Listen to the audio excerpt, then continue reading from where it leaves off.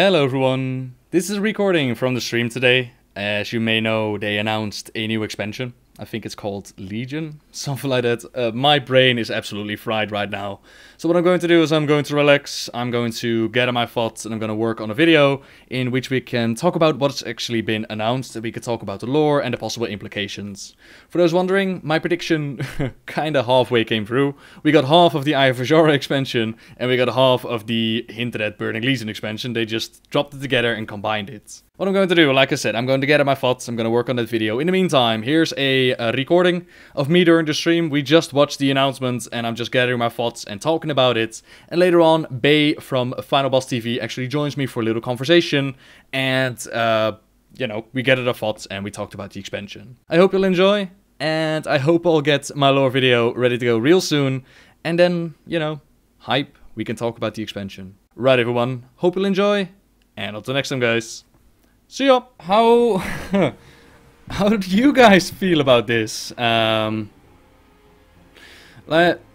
speculation-wise and lore-wise, it looks like they've taken the concept of Eye of Azora, the Dark Prophet, so with the islands and whatnot, and they combined it with the return of the Legion. So all those leaks and whatnot, that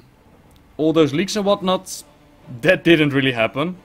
So we're gonna get and the return of the Legion, as hinted at with the end of the Legendary questline and the end of Warcraft of Draenor, combined with the return of Illidan, Emerald Nightmare, Broken Isles, Night Elf shit. We're gonna learn more about the Valkyr and the Kavaldir. Huh. Interesting. Interesting story concept. So it's a little bit of both. What I'm most curious about is what the fuck exactly happened with Illidan?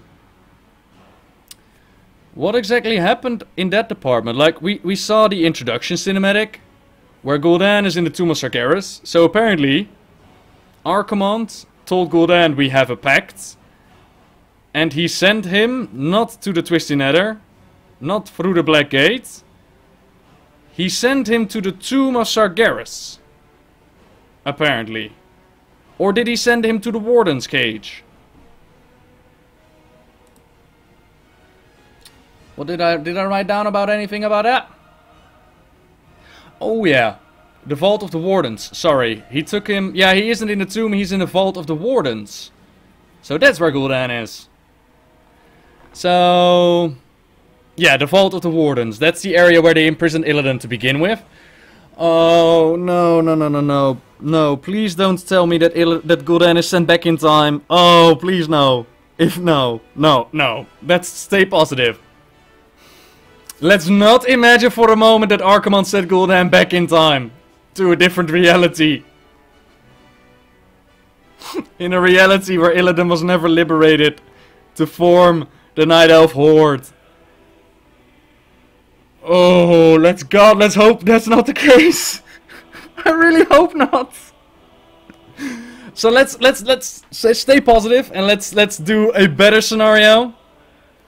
At the end of the Black Temple, during the Burning Crusade, Maiev was like, he's right.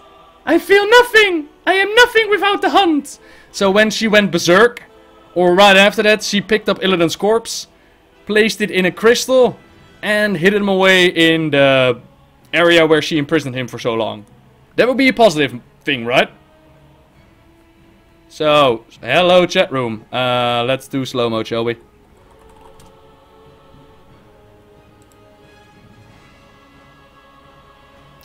I can't read all of that. Hang on. Like, that would be a better scenario, right? Oh, fuck, I hope that he didn't send Gul'dan back in the time thingy. That would suck.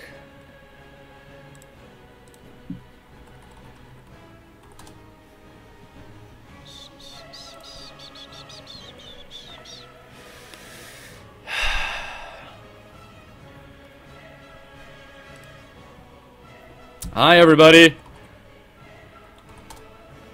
Welcome. Welcome everybody. Relax. I hope that the music is not too loud. So, Yeah. I wonder exactly how that happened at the start. Like, why is Illidan in the Warden's tomb to begin with? And that's where Gul'dan found him. And apparently that's the pact that was made with Archimonde. So how does Archimonde fit in all of that? Like what kind of pact did they make? Was the plan to bring back Illidan? But Illidan is gonna be on our side. He's gonna be training demon hunters, isn't he? Or is Illidan the bad guy? Is Illidan again sent on the task? Sent on the task of fulfilling the Legion's plans. That's interesting enough. That would be a cool storyline, to be honest.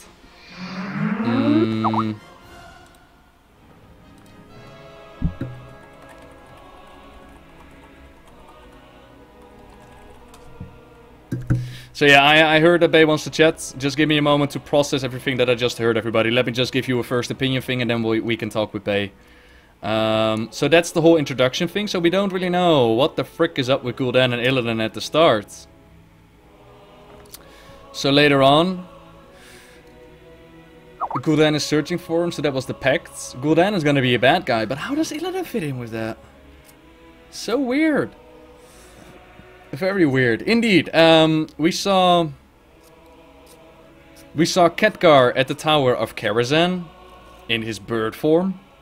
And that I have to admit, that looked really cool. He flew over the Stormwind, and very much like Medivh had done before him, he went there as a crow. Like you see the same thing happen in Warcraft 3 with King Tyrannus, only now it's Varian. And he's like, the Legion is coming, we gotta get ready.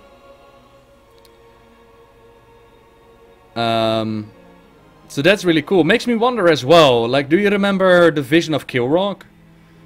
Like, so far, I've said that the Vision of Kilrogg was most likely a possible scenario. But now that we know for certain that the Legion is coming back, that gives a bit of credit to it. So it could mean that in the end, you'll stand off within Undercity and Stormwind against the Legion together with Khadgar. That could be a thing.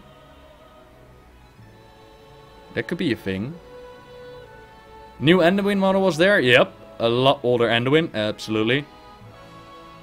Check out the Legion website, they have character bios. Oh, that's cool, I'll have to check out that later. Yeah, this is just initial thoughts, eh, everybody? This is just initial thoughts, so I'm just, you know, talking a little bit here. There are a few things, if you want to hear me get salty. There are a few things that I'm like, what the fuck are you doing to my lore? First of all, apparently Khadgar is now the leader of Dalaran. And that explanation that they gave, like Jaina left and apparently she was pissed. Like, what the fuck, dude? What the fuck? Don't you understand that people are looking for a female strong hero and then you're gonna give that kind of an explanation? Like she left with PMS. What the fuck's wrong with you? So for some reason, Khadgar became the leader of Dalaran. And I hope that they give an explanation to that. But yeah, who knows? Then there is the whole bit with the Emerald Nightmare. Like they explained the Emerald Nightmare as a raid, where there are 7 bosses, the Emerald Dream is twisted and consumed. We're gonna follow Cenarius, face off against Xavius, and apparently save Malfurion. Now that could be a Caverns of Time thing, right? That could be an awesome Caverns of Time thing. But it didn't seem like a time travel thing. It almost seemed like they just forgot about the events within the novel Stormrage, because in the novel Stormrage, they already dealt with that. That whole storyline has been done with. The Emerald Nightmare has been kicked out. And Malfurion was saved. And Xavius, if you remember the book, Xavius was like the minion of N'Zoth. And Fura, together with Malfurion, they chopped down Xavius' tree. And he was dealt with. So where the fuck does this storyline come from? Is it a time travel thing? Is it an alternate reality thing? Or is it a fuck it, we forget about Storm Rage and we're gonna do it again thing? But Xavius wasn't dead. Yeah, he was. They chopped off his tree form and they chopped off... Oh, hang on. They chopped off his tree form in the real world and they chopped off his dream form in the dream world. And that was the only way that they could take care of him. The Nightmare, you're absolutely right. The Nightmare was never able to completely be removed. You're absolutely right about that. So that was definitely gonna make a return. But Xavius together with it? Yeah, I mean, I suppose that, you know, the Nightmare could have just resurrected Xavius. I suppose that's a thing. So we're gonna go into the Emerald Nightmare. That's pretty damn cool. Xavius was sealed. What do you mean Xavius was sealed? I thought he was chopped down. Xavius has been revived. Is Storm Rage after the Cataclysm? Just before the Cataclysm. Because Malfurion returned as leader of the Night Elves during the Cataclysm. So I will have to look up that whole Xavius bit. And then the heirloom system. And I can understand, like it's always been, gameplay goes above the lore. But I remember clearly that they said that they never wanted to make heirlooms transmogrifiable. Because they wanted to keep it rare and legendary. And now with this system... Like, first of all, how can it possibly be that everybody's wielding the Doomhammer and the Ashbringer and the Frostmourne? That explanation of the shards of Frostmourne, like, what the fuck? You remember Frostmourne? The shards that every lore geek has been asking about, like, where are they? Below Icecrown, of course, dumbass. What the fuck? Artifact system, right. Like, how is that gonna work? Lore-wise, are we gonna stand next to Tyrion and be like, sup, that's a cool Ashbringer. Look at mine, man. Mine has fucking flames on it. Burn! What the fuck? Oh, what the fuck? Like, I can understand it that if you like make clones out of it or something, but the real thing? They explained it as being, you are the one wielding the Ashbringer. You know?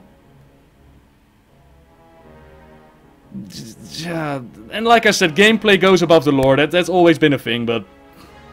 Yeah, and how are you gonna wield the Ashbringer if Tyrion still has it, and the Doomhammer Thrall still has it? Like, what the fuck? Are you gonna kill him off?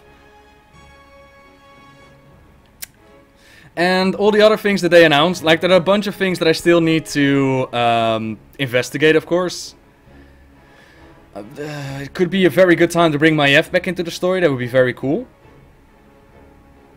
Illyria and Terrellian. Illyria and Terrellian. Guys, Illyria and Terrellian are gonna come back. Didn't happen during Mr. Pandaria. Didn't happen during Warlords. You've been asking this for ages, and they're finally coming back. Like, what the hell? Why now, though? Like, what are they...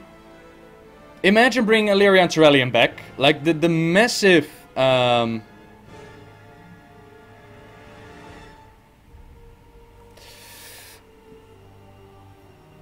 I'm just trying to keep up with chat room, by the way. Lots of answers here. Ew, ew, ew. Come here, chat room. US Battle.net /characters. Let's find out. Let's find the answers together, shall we, chat room?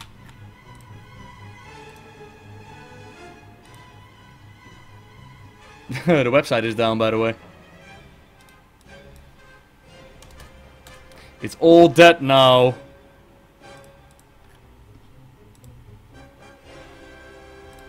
So there are probably a bunch of... Yeah, the website has crashed, I would imagine so. So there are probably a bunch of answers that we can find there. But the massive idea behind bringing Terrellian and Illyria back is like... Terrellian and Illyria, for those that don't know, they were heroes of the Alliance. They disappeared after the events of Beyond the Dark Portal. And nobody has seen them in years, right? The biggest... Well, not the biggest, but the most common speculation that we got... was that, what do you call it? They jumped into a portal somewhere and they took the battle to the Legion somewhere in the Twisted Nether. Connect that to what we've seen, like the base of the Warlocks in the Twisted Nether and all that good stuff. We might find them within the Twisted Nether. We might find them. Dude, who cares about him? Illidan's the important one. Yeah, but I already talked about Illidan. They could have been in a Twisted Nether, yeah, for sure. So that could definitely be a thing. Where's Jaina? Jaina ran away pissed, apparently. So, Return of Valyria Windrunner. Very cool. Will this be on YouTube? Yeah, I'll upload this on YouTube, man. Sylvana's got a new model. Again? Awesome. Violet fucking Hold. Yeah, apparently bringing Dalaran to the... What did they say? To Sargeras that they're gonna bring it? That apparently unlocks some secrets from the Violet Hold. We're gonna learn the origin of Dalaran, and we're gonna learn about the origin of the world itself. And when they said that, the origin of Dalaran, it sparked in a little reminder of the first Guardian, which made me believe like the Council of Tearsfall was that really the one. But apparently we're gonna learn some secrets there. Can I just say, by the way, all the leaks that have been spreading around, none of them have come true. None of them. There have been... Props to Blizzard for keeping it a secret for that long. And nice, by the way, that Eye of Azshara was used for a dungeon kind of thing, or a raid kind of thing.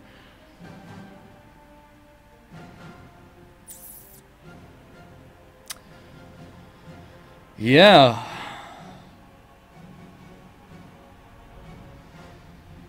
Very, very weird.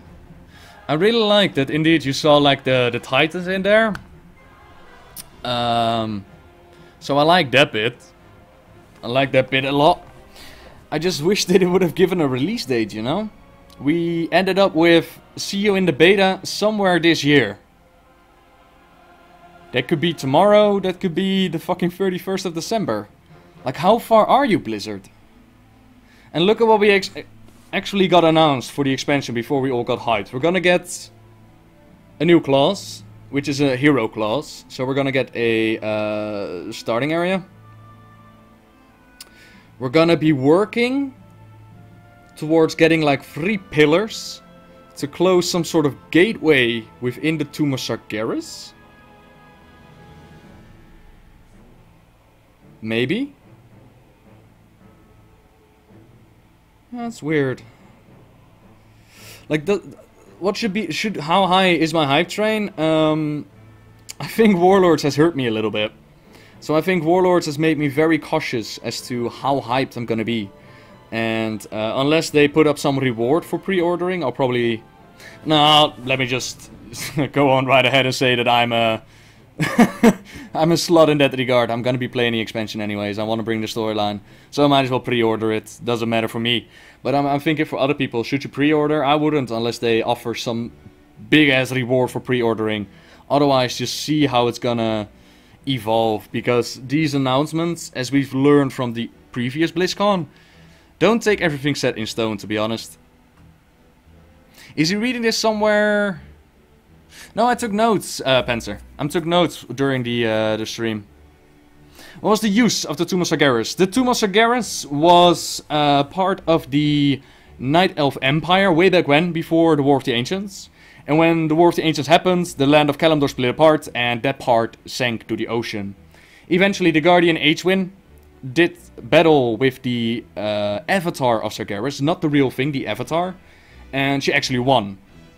What she didn't know was that it was actually Sargeras' plan to lose so that he could infiltrate her body and eventually her baby, the Guardian Medivh. Regardless, she took the pieces of Sargeras, the avatar of Sargeras, and she locked them away within the Tomb of Sargeras. She then, she raised the island, placed the items in there, she put magic on it so that no magic from Azeroth could open up the tomb, and then she let the ocean down below again. What she didn't expect, of course, was the orcs from the other world, from Draenor, to come to Azeroth and use otherworldly magics to open up the tomb, which was Gul'dan. And Gul'dan went in, lost his life. Then later, Illidan went in to get the Eye of Sargeras to destroy Arthas, and they also took the Scepter of Sargeras.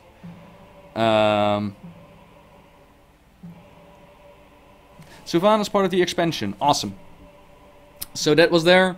And then later, during Warcraft 3, what we saw was that Illidan brought the tomb down upon Maiev and her wardens, but apparently there's still plenty left to go in there, to lock off apparently some sort of portal and find out what exactly happened there. We're gonna fight Sargeras' upper body. It's the Sunwell all over again, right?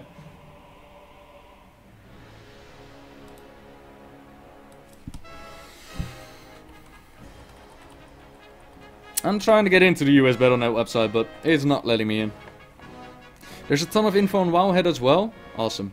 Let me check that out. See if we can get in there. Legion expansion announcement. Perk and Panzer will be streaming their reactions. Don't see any information.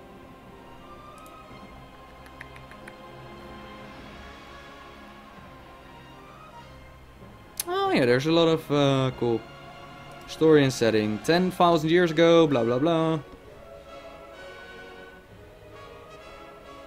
Yeah, they also took notes of what was shown during the presentation. Yeah, and that whole Demon Hunter bit. That whole Demon Hunter bit of Illidan sending his minions away. That's kind of interesting. It kind of goes against the storyline that they told during the Burning Crusade, but it could definitely be a redemption for him. Do it better. That would be awesome.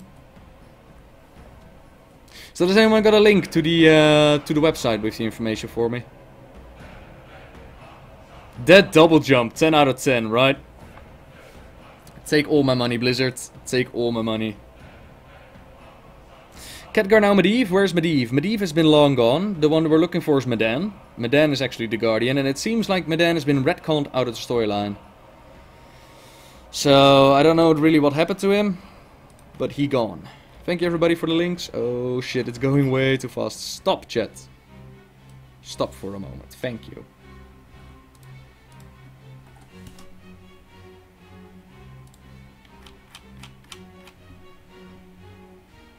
We get mooses, right?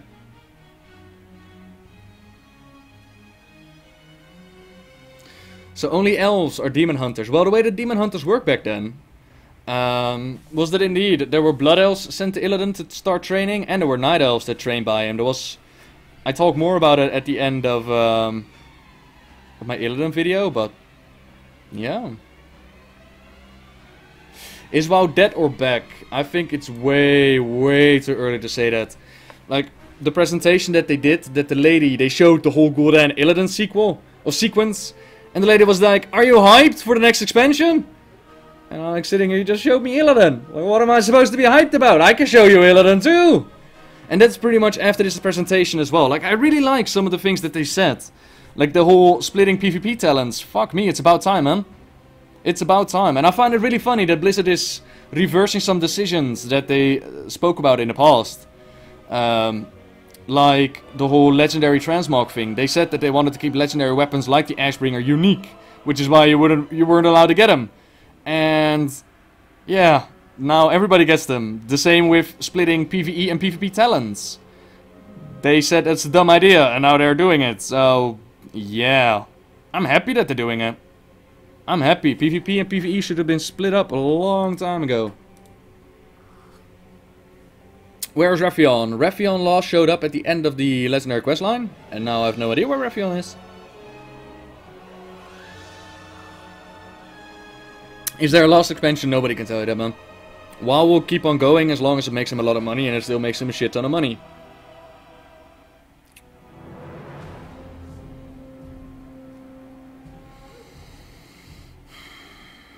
Magni is back. Fact. Really? Is he back? That's cool. I'm still trying to open up the website, dude. It's not working. It is not working. No good, sir.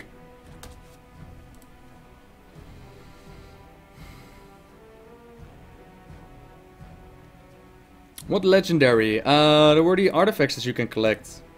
Which gives you the Ashbringer, or it gives you Frostmourne. Did I like the whole system? Like the follower system, what they were talking about? You know, it shows that they were listening. Like a lot of people said that my followers are having bigger and better adventures than I am. And with saying And keep that in mind, it's just saying, you know, you never know how it actually works out. But by saying that they will unlock adventures for us, that sounds like a good system to in my opinion. It would be really cool. Yeah.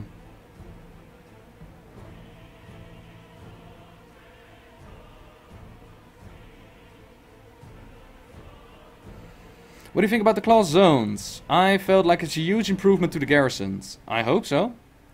I mean, that's the part with announcing an expansion. There are a lot of promises and a lot of things that really sound good. And I hope that we've learned with Warlords that you can make something sound as good as you want. But delivering on it is a little bit more difficult. But yeah, for now it sounds cool.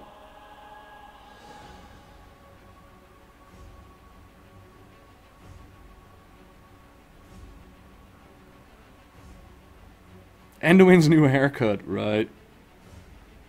Free level 100 boost? Really? Ooh.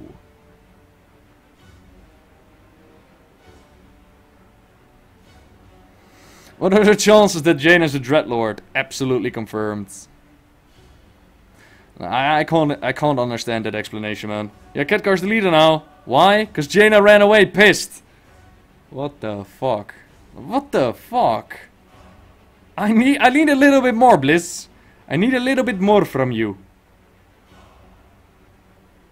Did they say what is happening with the garrisons? No, but I assume that we'll leave the garrisons behind on Draenor, and we're gonna move into some sort of class system. Class housing, like Paladins are gonna chill at Light's Hope Chapel, Warlocks are gonna be chilling at somewhere else. And somebody actually asked the other day, like, what places could you give to the classes? You know, that's kind of cool that somebody in the chat room actually predicted that one. That's really cool. So that's gonna be more of a class housing. You're gonna lead a small group of your class. Like Paladins will have Liadrin, for example. They'll have Marat. Oh wait, no they won't. Sorry. Sorry! Like for me, the website isn't opening, dude.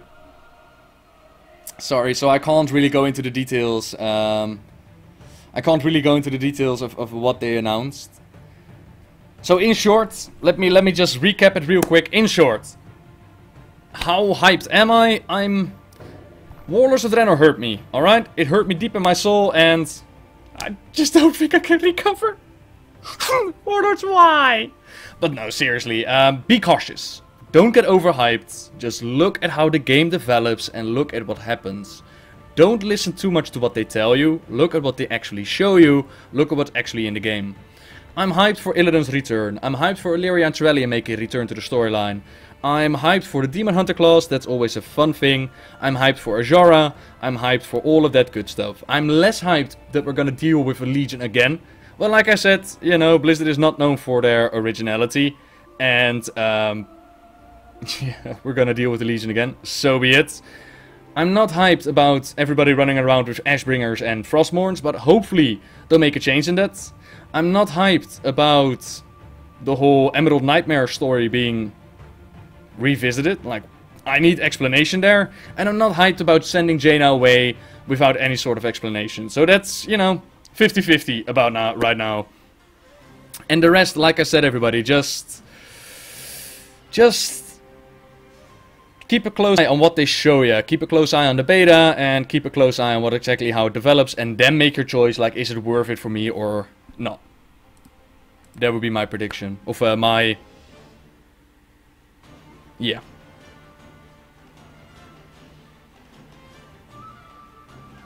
It's not freaking orcs, thank god. That's something. Magni returns. Okay, cool. If you say so. I haven't seen anything on Magni return, but I can't open the website, dude. So, yeah.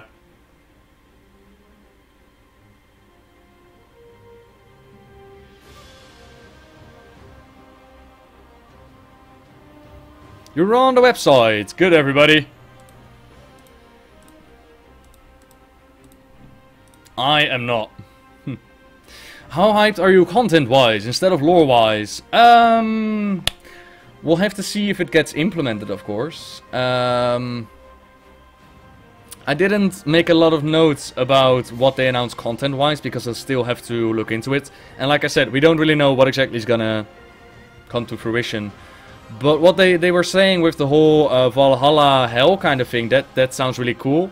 Neltharion's Lair, Deathwing's Lair, it sounds freaking amazing. I have Ajora, so we're gonna compete with Ajora to get like the pillar. Suramar, which is like the capital city we're gonna do, and Violet Hold. All sounds good to me, to be honest. PvP talent switch of talent separation is absolutely awesome. Like I said, Demon Hunter class is pretty damn cool. The Emerald Nightmare, like I said, story-wise, meh, but for a raid, people have been asking for the Emerald Dream for so long. I think it's about time that they implement it. And Suramar Place, 10 bosses, home to the Night. The Nightfell? Was it that? What's the word that they used? And center of Suramar's power, face off against Gul'dan. Yeah. That's another thing. Gul'dan. Remember Gul'dan? The one that got away? Yeah. Oh boy. Right, everybody, I'm gonna talk with Bay on Skype if he's still available. I'm gonna chat a little bit, because I think I've said everything that I can say on my own.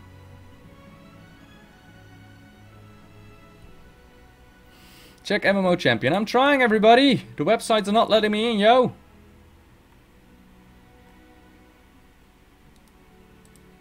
Oh, they actually uploaded the cinematic trailer. Cool. Feature overview, the story so far, blah blah blah. Blah blah blah. I'm being called. Hello. Hi, are you still live? So, hello. I'm still live, yeah. Okay, cool. I wanted to make sure you're still live. Okay. Yeah. I'm gonna change my title to make sure that we're talking together. Cool. I caught some of your discussion. Yeah. Hang on, before we continue, let me just ask chat room if the sound is alright. If somebody can let me know. Okay, I think it's alright. Yes, sorry, go on, sir. Okay, I think it should be okay on my end until you turn down Skype by just a little bit. You're way too loud. Usually happens. We go to like 80. Oh, Illidan's corpse was taken by Maiev. I got a complete page of the Legion up. Okay, cool. So that speculation became true. Okay. Yeah. That's what I was looking at. I mean, that's not on the website, is it? Is it on the website in Illidan's background? Apparently it's up on the Legion website where they're doing character thingamajigs. Yes. They're saying that you're too loud. Hang on, maybe this will work. You always gotta kind of turn down Skype on streaming stuff like this, yeah. Yeah, they can't really hear you, so I'm trying to boost you up. Is this better, everybody? He's quiet. Real low. I had you at like 70. It's real low, yo. Where's my little picture of you that I can put on stream right now? My little graphic of you. Well, we can wiggle around it a little bit more, too. Are you going to put your side of this? I mean, this talk for me was just for stream. I didn't know if you were going to put it on YouTube or not. Okay, this is much better. This is fine. Yeah, I think I'll put it... I've done, like, my own... yeah. I'm doing, like, my own thing. Oh, yeah. Preacher just let me know that he's doing the mechanics focus watch thingies on his stream. Like, everybody's streaming right now. Well, mechanics, we don't know yet. We didn't have any class changes. Well, he did like the whole Demon Hunter thing. No, Preacher sent me a message, man. So who am I talking with right now? I'm talking with Bay from Final Boss TV. Hello. And Shakazu, I don't know if your donation went through, matey. I've got notifications turned off right now. I'll check later on for all the donations, so please stick around and I'll check it out. So yeah, Maiev taking the corpse of Illidan. That makes absolute sense. I was wondering why he was there. Well, see, here's my thing. Like, I was talking about that a little while ago. I was looking at the box art, right? And it looks like, obviously, it's like a new version of his body and stuff like that, even though he still looks kind of like the same Illidan. But I still assume, like, no demon, as Illidan's mostly like a 70-30. Like, he's 70% demon, 30% elf, probably, in Black Temple. No demon, obviously, can die in our world. And this gives that, obviously, it's true. So if Maiev took his body back to the Vault of the Wardens, as we have now in the new lore, and then Gul'dan finds it, because he gets plummeted back into our reality, I think it makes sense. I wonder if Illidan will be a bad guy at first, then probably there'll be some crazy redemption story that we find. I wonder if like getting the Pillars of Creation will help us like cleanse him. Yeah, I was thinking about Illidan's role in the story, because you know that Gul'dan is at the end of Warlords, he's sent away by Archimonde with the notion of we have a pact together. And Yes. I thought that he sent him to the Twisted Nether, which is still a possibility, but apparently he sends him to the Tomb of the Wardens, where Gul'dan goes looking for Illidan. So was that their pact that they made? Like, how does Illidan have a pact with Archimonde and Gul'dan? Do they have some scheme together with the Legion while he was in the Twisted Nether? Oh, yeah. Well, here's my big scheme. So I was talking about this before about us making war crimes, right? And that's like the pivotal now chapter, because all of this has been pre-planned by Blizzard. It really seems like it's all pre-planned. They needed a crazy event that was like, what the hell is happening, to get us to go time travel. Because they wanted Gul'dan to come back into the story, because it's one of their best characters. Like, they love Gul'dan, how he's obviously dead in our canon, but they wanted Gul'dan to come back, right? So now, with Warlords, granted all the plot holes, the main thing you have to take away from this, of course, is just the Gul'dan story, right? Obviously, he's been Legion buddy-buddy for a long time now. They have a big background. So, we know that Kil'jaeden is not very happy with Illidan, but if they know where his body is, and they can invade it and make him a tool for the Legion, as he should have been, that just to me sounds like it's a very, I don't want to say forced or shoehorned, but that's like the big picture, right? Yeah. Somebody says here, Gul'dan's character bio, he was banished to Azeroth to open the portal for the Legion. Like, again? Really? Okay. Right. So there's probably some sort of scheme going on there with those three, and we'll probably have Illidan be the bad guy at first, like he was in Warcraft 3. Sent on a mission by either Archimonde or Kil'jaeden. And then later on, he will probably turn to our side. Okay, so that's part. And something about closing the portal with the 3 pillars of the world. So I'm assuming that Gul'dan is the one who opens that portal up in the first place. And then it's our task to hunt down Gul'dan and close that portal again, yeah?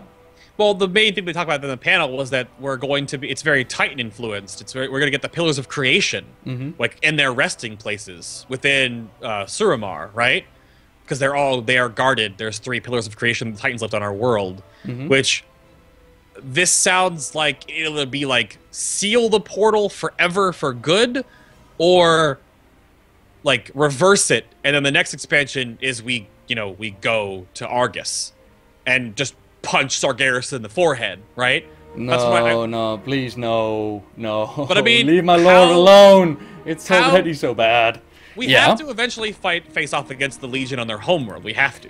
But as Alex said, this is the largest invasion of the Legion in Azeroth, period. This dwarfs the War of the Ancients, which we'll see if it's that crazy as a gameplay thing. We said Warlords was so savage and every mob was like just 2-shot. So I wonder if it'll be that massive. I got the website open here. It says, let the hunt begin. The Tomb of Sargeras has been reopened, and the demons of the Burning Legion pour out into our world. Their full terrifying might is fixed in summoning the Dark Titan to Azeroth. Again. And they've already located the key to his return. With the Alliance and Horde devastated, only you can take a Warcraft's most legendary artifacts, scour the ancient Broken Isles for relics of the Titans, and challenge the Legion before Azeroth's last hope dies. Steel Shield Champion, extinction is imminent. So we're gonna go a la War of the Ancients, only bigger, yeah? Well, that's what Alex said. Because obviously War of the Ancients is all in pages of a book. So to make it a gameplay version, it has to be a little ridiculous. Obviously the announcement trailer shows that one shot over the shoulder of all the demons coming through. I just don't know if Blizzard will ever let us have something that feels that scary. Like, will there be Legion everywhere in the world? We have to go around the world and start cleansing things and, like, holding it down? If like, your buildings are scattered all over the world, that could be cool. Oh, that's another tangent. I think the class halls is super cool if they really help us and make it more like a BioWare follower system and not the garrison, which is what I hope it sounds like. Yeah, I like that they announced that the followers will open up adventures for you instead of having the adventures entirely. Right. But I fear that, words are wind. So I'm keeping a steady eye on, okay, what exactly is being implemented. Because the garrison also sounded very fun on paper. Yeah. Didn't come out. Correct. So here we have... Yeah? Go ahead. Here we have on the artifacts. Only Azeroth's most seasoned veterans possess the fortitude to wield artifacts of legend against the Burning Legion. Your myth-forged weapons grows in power as you do, very cool. And your choices will change its abilities in the way it looks, sounds and feels in combat, awesome. Fashion your artifact into the perfect instrument of battle and guide your faction in the most desperate hour. Now here's my thing. Yeah, like, are we gonna take these artifacts and make copies of legendary weapons? Or are we actually wielding the legendary weapons? So I think what I heard you talking about was like the whole lore standpoint of this, and I understand like the backbone of this like feels weird, obviously. Like if Tyrion Fordring has the Ashbringer, right? It just sounds like at this point, with all of the power we've concluded, like there's no Wrathion in this at all. Like is Wrathion involved in this whatsoever? Like he's been following Khadgar around, yet, but yeah, he could be. But, like this to me harkened to the same way as when Death Knights made Shadowmourne, or Strength DPS made Shadowmourne in ICC. Yeah, but that was called Shadowmourne though, not Ashbringer. Like here, right. It is said that this sword, forged by Magni Bronzebeard, bestows the glory of the light upon his wielder, empowering them to render enemies into ash. That's the freaking Ashbringer. Yeah, so how in the world is everybody gonna run around with an Ashbringer? I mean, they all look very differently. That's my one thing. Certain weapons are kind of weird because they literally are named the same thing. Like, it is the Ashbringer, right? It's not... Or, like, the DK one is named, like, what is it? Like, Ice Bearer and Soul Render or something like that, right? It's not Frostmourne 1 and 2. No, there's Ebb and Chill, Great Staff of Elodie. That's the very first Guardian. Oh, that I like. Like, that's a cool artifact, but known current legendary weapons, not so much. It's weird. Known current is the one awkwardness. Like as a shaman, I'm gonna have freaking Doomhammer. Doomhammer, yeah. Like is Thrall gonna die? And that explanation for freaking Frostmourne. You know where those? Sorry? Oh, I'm just exhaling. I know. Oh. Like, are they gonna kill Thrall? Yeah, but also the Frostmourne pieces. Like you know where those Frostmourne pieces were all this time? Below Icecrown. Nobody looked there ever. Nope, they were just there. Like yeah.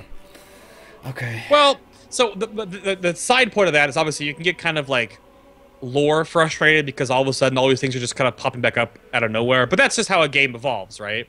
The side cat that I really like in this is that what I keep saying on Twitter, we said on the show before, we talked about on the square table, is that all the new stuff in the game is the only new stuff to do.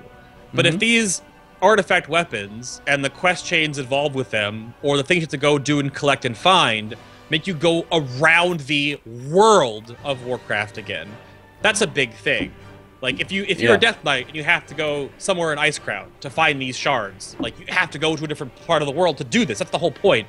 It engages you back into the world of Warcraft. Well, it could be fun. Where are you going to go to get Evan have to break the lore for it. Well, yeah, but you can time like, traveled. No, fuck time travel, dude. Fuck alternate realities. But you don't necessarily have to say like it's Frostmourne. You could do other weapons. They don't. But to switch the subject again, I got the website open and I got a couple of character descriptions. Yeah, I have them up too. Yeah. I have Shadow Song. If the Watchers are infamous among the Night Elves, Maiev Shadow Song is a legend. Famed for uncanny ability to capture an enemy, Maiev tracked Illidan Stormrage, the Betrayer, all the way to the Black Temple and Outlands. Well, technically, yeah, she did, but then she was captured, but whatever. After his demise, she imprisoned his surviving followers, the Illidari, vowing never to allow the Feltouch Demon Hunters to roam free ever again. Right. Cool. It's a weird thing. We brought up in chat earlier about, like, Maiev coming back into the story, but obviously Demon Hunters are going to be a playable race, so they'll be, like, not... I mean, Demon Hunters, the Illidari are not bad by nature. They were just easily corrupted. They're kind of like mages in Dragon Age, where they can be corrupted by demons really easily, so they've been, like, contained. Kind of depends on the character, to be honest. It depends. There are good demon hunters, there are bad demon hunters. Of course. And you know of the demon hunter that's like in Darkshore, right? Like they've been teasing demon hunters for a while. So obviously they can work as a good force for us, right? That's totally not a big deal. But I really wonder what the Wardens are going to do. Like Illidan's going to work for us as well, I assume. So no, that's no problem. Yeah. Like it's not that a demon hunter by definition is an evil guy working for the Legion. That's their whole thing. They hunt demons. So it kind of depends on what camp you are in. Yeah, chat brings up, in my chat anyway, what if Thrall and Tyrion die in the pre-event? Yeah, but then... Yeah, I don't see it happening, dude. Blizzard killing off Thrall? I don't know. No, I mean, you gotta think way. Right now, too. Everything we've been doing right now, outside of the connections to Illidan now, I guess, the new Illidan, and Gul'dan, is all Blizzard making up completely new story. We have nothing to go off of, because we're all in new territory, right? Or basically everything is new territory from Warlords forward. The only thing you can get from Warlords is that, like, the old Warlords, because that's from Warcraft 1, you know?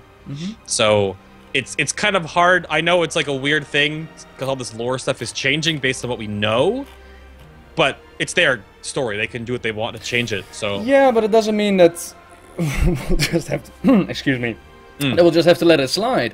Because, you know, we also love their storylines. You're absolutely right. They can do whatever the hell they want. It's their thing. But the people that are into the lore like me follow the storyline vigorously. And we want something that's both consistent as evolving as epic. And to just toss out things like, it sounds cool, so we'll do it, is not a great way to tell a story. Yeah, it was a weird thing. The other thing the chat brought up, too, is that maybe you can think of Doomhammer and the Ashbringer, because those are the two that are like actually named, that are being rewielded, as almost like Mjolnir from Thor.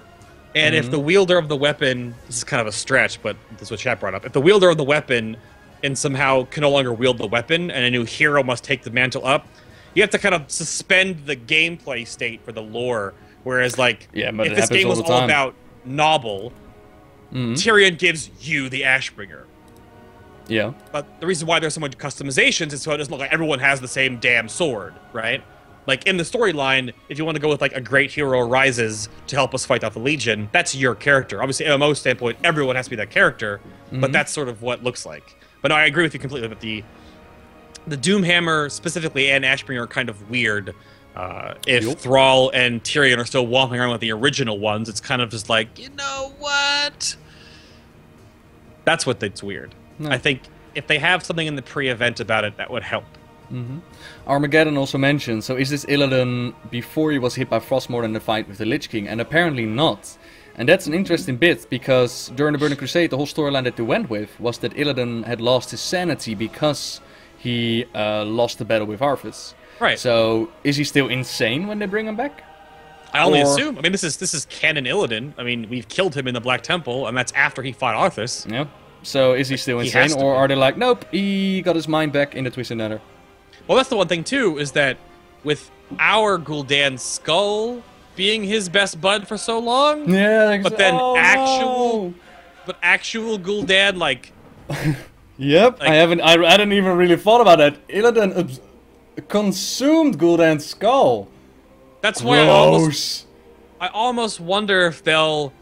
Like, the two ways that it goes, obviously, they didn't want to explain Illidan's story because it'll probably be a big part of the leveling curve, right? The leveling story, right? Is either Gul'dan and Illidan are, like, instantly, like, bros because they kind of are the same person, or they're completely rivals from the beginning, and we immediately get up with Illidan, and we're working together with him to fight Gul'dan the whole way through the first raid tier.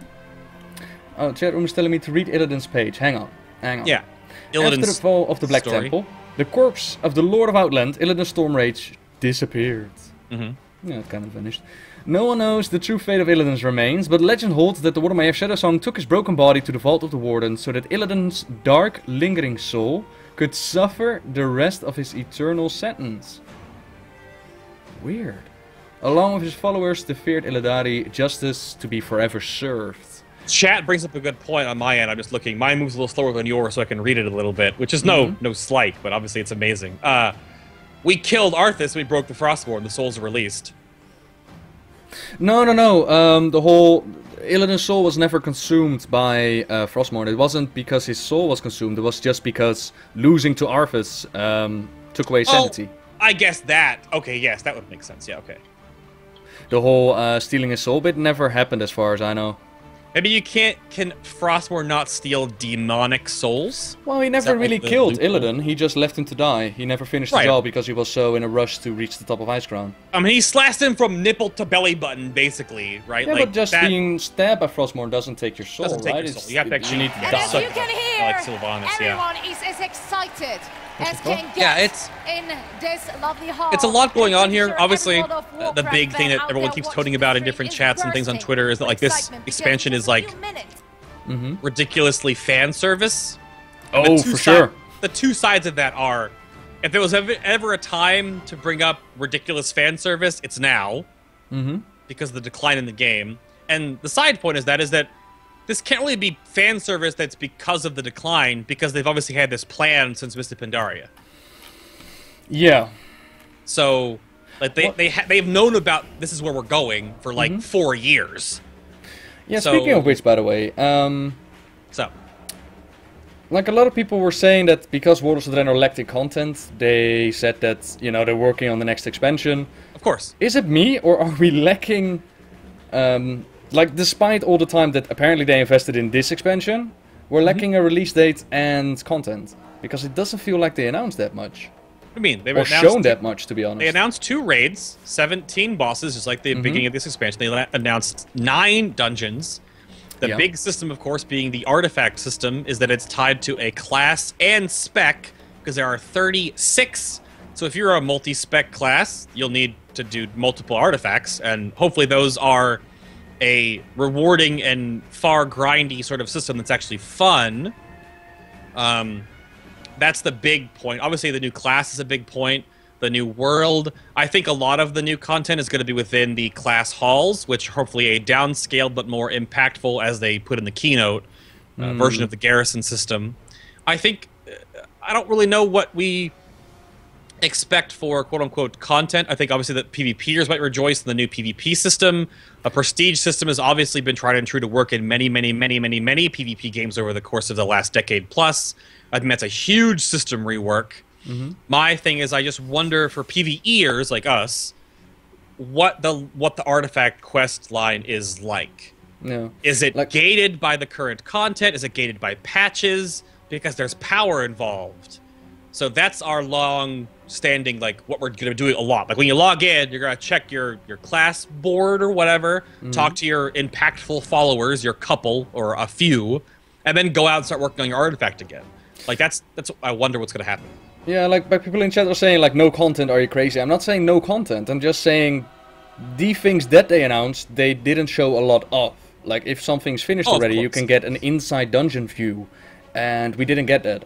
Just a couple of screenshots, yeah. Yeah, a couple of screenshots, which, you know, if indeed people are right that they are that far in development, then they probably should have shown more. So a lot of people are also saying that they're saving it for BlizzCon, which is fine, but I'm just hoping for, you know, early 2016 release and not mid 2016. That would absolutely suck. They will show more on BlizzCon. Yeah, I get that. I get that. Yeah. I mean, this is the tease. They've never done this before, ever. Everything for WoW has been released at other expansions. I believe it's an incredibly smart move to do this in the first place because, a huge double-prong announcement now with Gamescom for the EU side of the world, which they've done before, and now BlizzCon, which is a double whammy in a couple of months. And I think it's hard to announce. Like, I have the same sort of stance on Warlords when a lot of the systems and things they develop are sort of like, you have to think about them. Like the server upgrades, the cask file system, the server response times, the art upgrades, the visual upgrade system. Like, all these things are kind of like, it's part of the game, but it's like, is it something that you can't really talk about it, it's just part of the experience. The one thing they obviously showed about is the Demon Hunter customization, and I'm like, that's great and all, but are we going to get a customization revamp for all classes and races? Like, am I going to be able to be a Pandara that has an eye color not tied to my damn skin color? Because the Demon Hunter customization looks ridiculously good. And obviously the Winged Demon Hunter is the melee DPS, and the more like shardy, demonic, crystally one is the tank. So that means that, do you design 2? Because when you change your specs, does your like body change? I feel really bad for like a Tauren that still has his same horn style and can't mix and match horns, but a Demon Hunter has so many different styles, you know? Yeah. And like a lot of people are saying, like, there will be more and we'll get more information. I get that, guys. Honestly, I get that. But, you know, you can call me cynical all you want, and that's perfectly fine. Everybody's entitled to their opinion. But keep in mind that what we have right now inside of Warlords of Draenor, like, this is an announcement. And until the expansion is actually released, this is what you got. Sure. We'll get Merc Mode, we'll get Flying, and we'll get a new Arena season. But there's no filler raid, there's no new area, there's no content for Warlords. This is what's coming next. The only new content I've seen is the rest of Tanan Jungle will be expanded. There's like areas that are now going to be opened up. There's more rare mobs coming and stuff like that. There's more Tanan, which is like... Oh, that's cool. I didn't know that. Yeah. But still, you know, this is it until the next expansion. And what I fear is that, you know, the hype train is going to be hopefully there. Sure. But slowly but surely people are leaving the game, and we've seen that with the sub numbers. I just hope that there are, in the end, enough people that are interested in the next expansion to keep on playing. That's what I'm hoping for. No, absolutely. But I mean, I think this is the thing. There were over, 350,000 people watching between the YouTube, the Twitch, and different web services right now. On the Twitch, World of Warcraft was over 350,000 people. Like, It's obviously not 5.6 million, which we have as like concurrent subscribers right now. But if you want to look at like the scope of that spiderweb that comes out, obviously World of Warcraft, I don't think needs to have 10 million subs anymore. Blizzard obviously is monetarily successful with their other games. Overwatch comes out soon. Hearthstone's a huge hit. Hearthstone's a huge hit. They understand that World of Warcraft is sort of, I think it's whittling down to the real meat of who loves this game. And that's fine. If it's still the most popular MMO on the face of the planet Earth, you can't fault it. But I realize that obviously being at like 12 million at their hype and now like 10 million at the beginning of the expansion for the last one, I think we'll never be back there. There's too much competition now, but... You know, how long will they... Well, that's a whole different subject, not regarded to this expansion, but how long will they keep on going if they, you know, hit a certain mark? Like, I can't imagine that WoW brings in more money than Hearthstone or Heroes does for them. Well, that's what's weird about... what development and you know, customer service or whatnot. Yeah, it's weird, because like Heroes and Hearthstone are both free-play games, and you have to like microtransaction to buy stuff, whereas WoW is a concurrent subscription, so it's like set money. So like, just the sub count they've lost from Q1 to Q2 is $61 million a month. But it sounds cynical. Is $61 million a month to a company as large as Blizzard, is that a huge deal? It sounds terrible to say, but like, if they lost 61 million from WoW, but Hearthstone generated 300 million as an example number, does it actually matter? That's what's weird about a company right now with Blizzard, is that... Yeah, for sure. They have I don't think that Blizzard as a whole will, you know, be hurting. I think Blizzard will keep on trucking, but WoW itself... Like, I want more expansions, you know, I want the story to continue, and I hope that the expansion is going to be great. To come back to the story, by the way, I see here that Xavius, and I was really confused about that. Oh, I want to talk about this. Yeah. Xavius once terrorized Azeroth with an affliction that almost obliterated the walls between reality and dream. That's the Emerald Nightmare. His machinations ended in defeat, but he has been given another chance at vengeance. Ah, that explains it. Now Xavius leads the conquest of Valshara, where he tainted World Tree Shaladrasil, spread the Emerald Nightmare's corruption. With an army of Valsaders at his command, Xavius will stop at nothing to vanquish all who oppose the Burning Legion. Right. I was wondering about that, because... You know, the whole Emerald Nightmare storyline has been done in the novel Stormrage. So basically, they're rebooting it. Xavius has been resurrected, given another shot by N'Zoth. Emerald Nightmare is running havoc, and we gotta go in and clear the crap out of it. To some degree, I feel like a lot of these story points merge here in a pretty proper way, if you want to think about it. And Gul'dan being the linchpin. I think, to forecast a bit, if Gul'dan is the final boss of the next raid tier, the first raid tier of Legion, what will be the second and possibly third, depending on if they want to do a two major patch or a 3? Sargeras. Because who knows, Sargeras man? And N'Zoth. Yeah. So Sargeras coming a la Kill Jaden. Yeah, go on. On the topic of like Xavius, it obviously feels to me as kind of a shoehorn. But if Xavius was never, I never thought in Stormrage that Xavius was actually killed. I thought he was like imprisoned a la Hex's style from Fern Gully.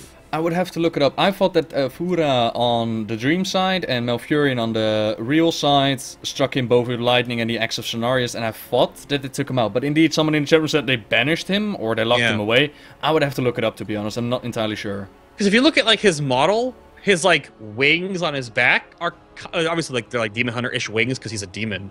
But they look kind of like roots of a tree, right? Because he was part of the tree that made the Emerald Nightmare.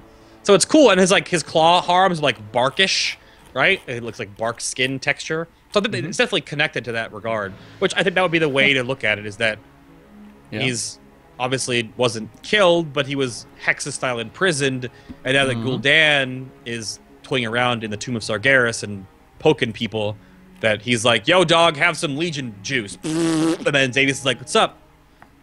I mean, it's cool because, like, Xavius ties right back into a really big storyline. Obviously, we have a dungeon called the Eye of Azshara, which I wonder if that'll bring in, like, Neptulon, N'Zoth, and yeah, kind of depends if Neptulon is liberated or not. They tweeted that he was liberated, but... Did you catch the comment, by the way, that he will get a lot of hatred on Twitter again for something? I was wondering if he was talking about the whole Twisted Nether transcends all realities bit, and how that will tie into the storyline.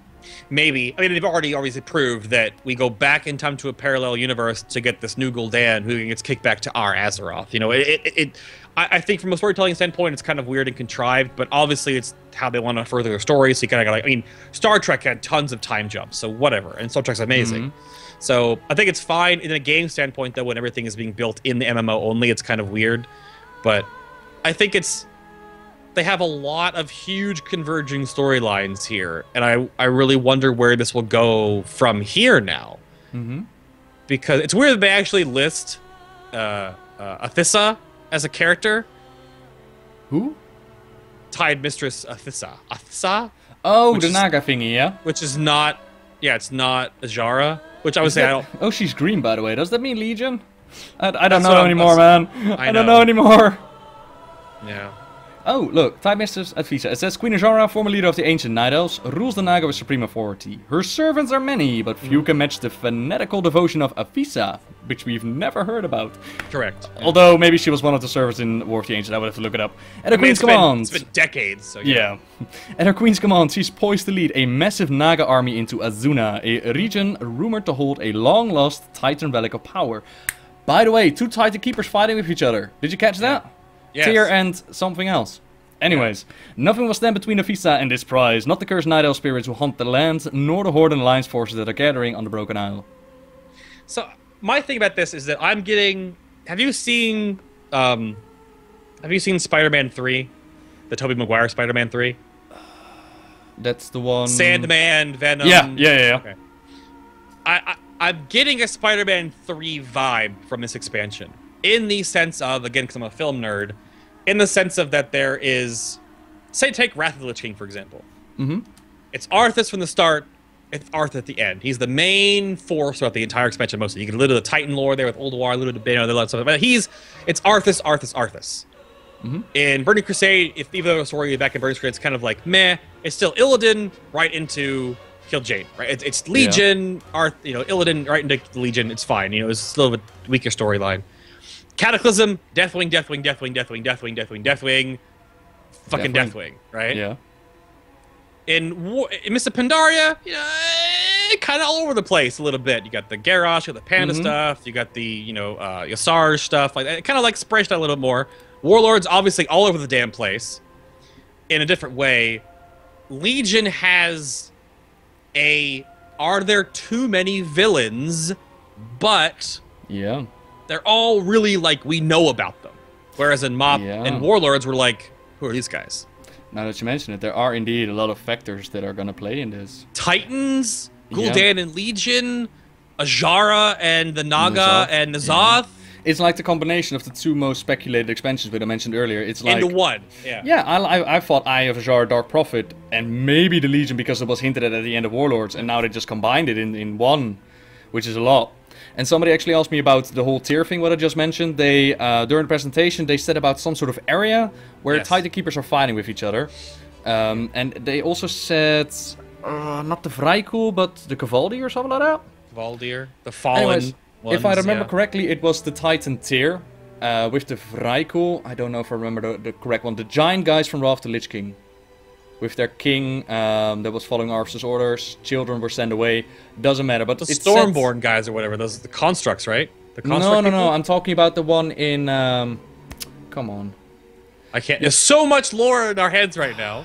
Hang on. Let me look it up in-game. I can find it in the Dungeon Journal, perhaps. Okay. Wrath of the Lich King... The Vrykul. Am I talking about the Vrykul? That could be the one in Utgard Keep.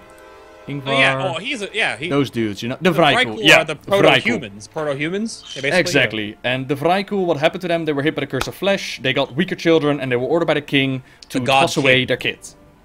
No, not the God King. The Guy King that we killed during Wrath of the Lich King, right?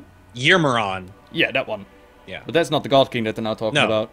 No, so that's a different guy. Anyways, they were ordered to send those weak children away, but they didn't. And the Titan Keeper tier, it's suggested that he took those weaker kids, he brought them to a different area, away from Northrend, and those were the early humans. Which makes me believe that you will have on one side the Titan Keeper tier, which has been missing for ages, and then another Titan Keeper that are apparently fighting with each other for some reason. Which is weird, too, because I thought Tyr was the only other one that was missing. Missing. So is the other one going to be one we already know about, like Freya, or? Well, possibly a new one. I mean, they added Titan Keepers before, if you remember Mr. Pandaria with that guy below, only heroic mode. Oh, the guy that Thunder King. The guy that dies. Oh, you mean I thought that was like the guy that dies in Siege of Orgrimmar fighting Shot of Pride. He was Titan as well. No, there was another Titan construct. Oh, Raden? You mean Raden? Raden, thank you, Raden. Yeah. That's the one I'm talking about. That was another Titan Keeper that came out of nowhere, so there are definitely more Titan Keepers. So it will be a great way to introduce Tyr. Yeah. That could be a lot of fun. And now people are saying that Sylvanas and Greymane are gonna get their storyline as well. They are dumping so much in this X-Spec. And a new Sylvanas. That's the thing about I get back on my whole point about like Spider-Man 3 is the Spider-Man 3 scare is that when you get too much stuff involved, what gets plot holed to hell? Like, if anyone in chat, between both of our chat rooms, has seen Spider-Man 3 and loves Marvel Comics and loves Venom, the Venom treatment in Spider-Man 3 was terrible. And what if the Sylvanas Greymane story is the Venom story of this expansion? Like, it's just, like, there for a bit and then never there. So it makes me very worried because I don't want to feel like this expansion Spider-Man 3. And somebody says this is literally the panic button expansion. Like, oh my god, everything needs to go in right now. Just give them what they want. Illidan comes back, Sylvanas gets a storyline. Just give it to them. I mean, yeah, we talked about it earlier, though, but they've had this plan for, like, years. They wouldn't plan the sub-boss I would assume 4 years so. ago. Yeah. But what's weird is that it all sort of feels like it makes sense to come up to this point.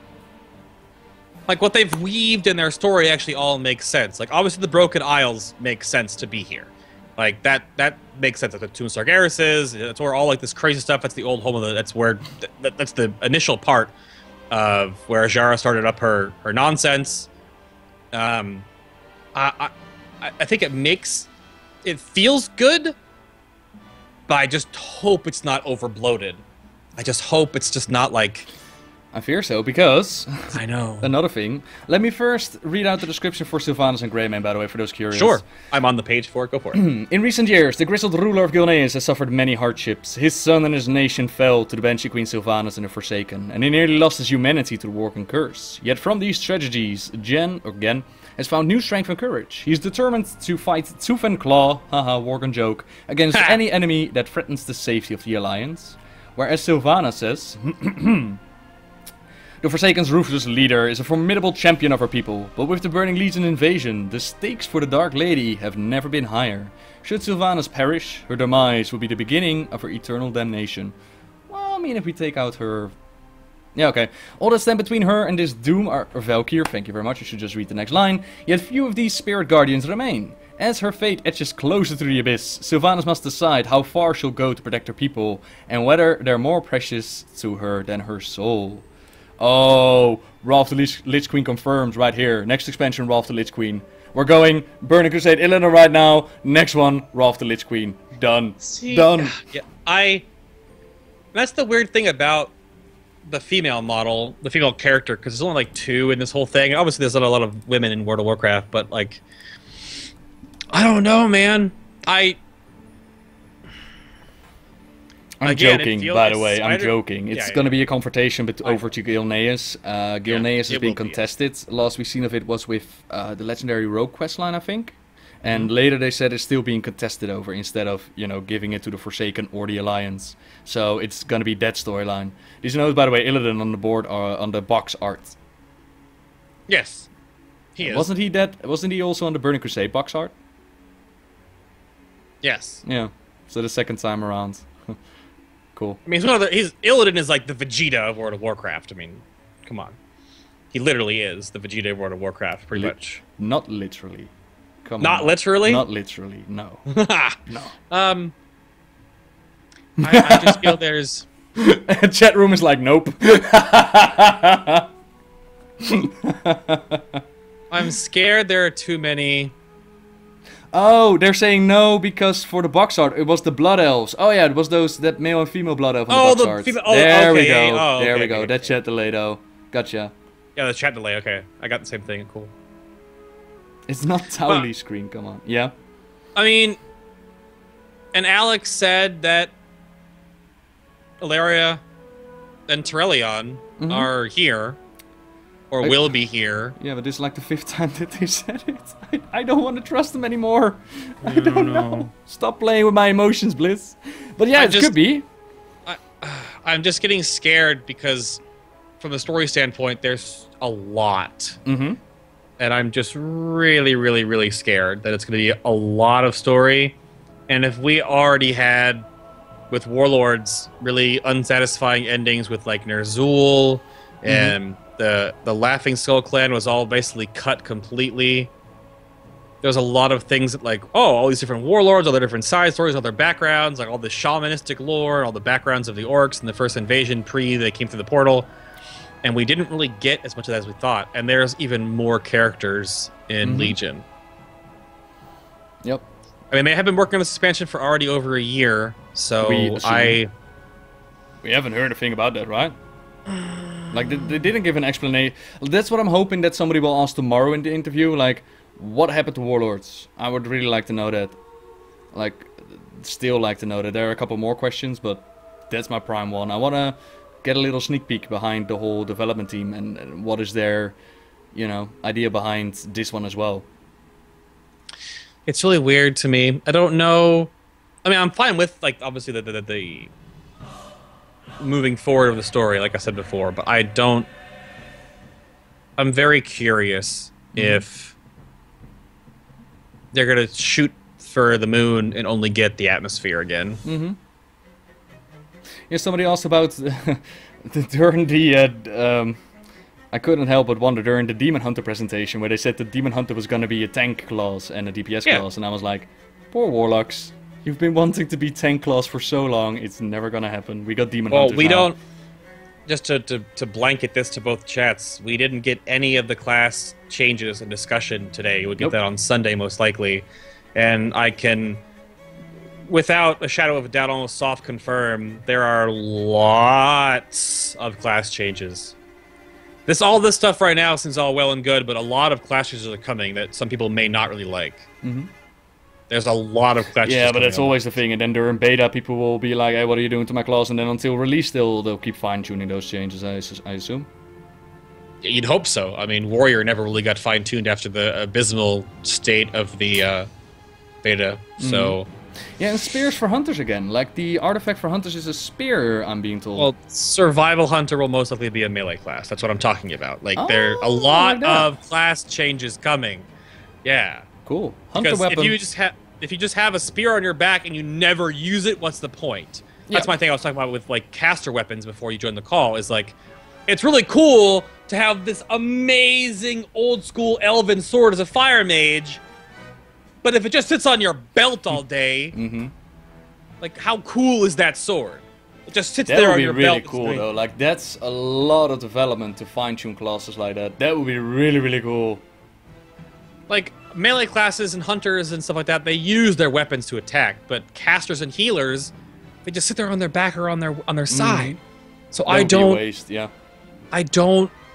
They need to... I mean, Jaina uses her staff in Heroes. It's really simple to have spells work with your staff. Dragon Age does it.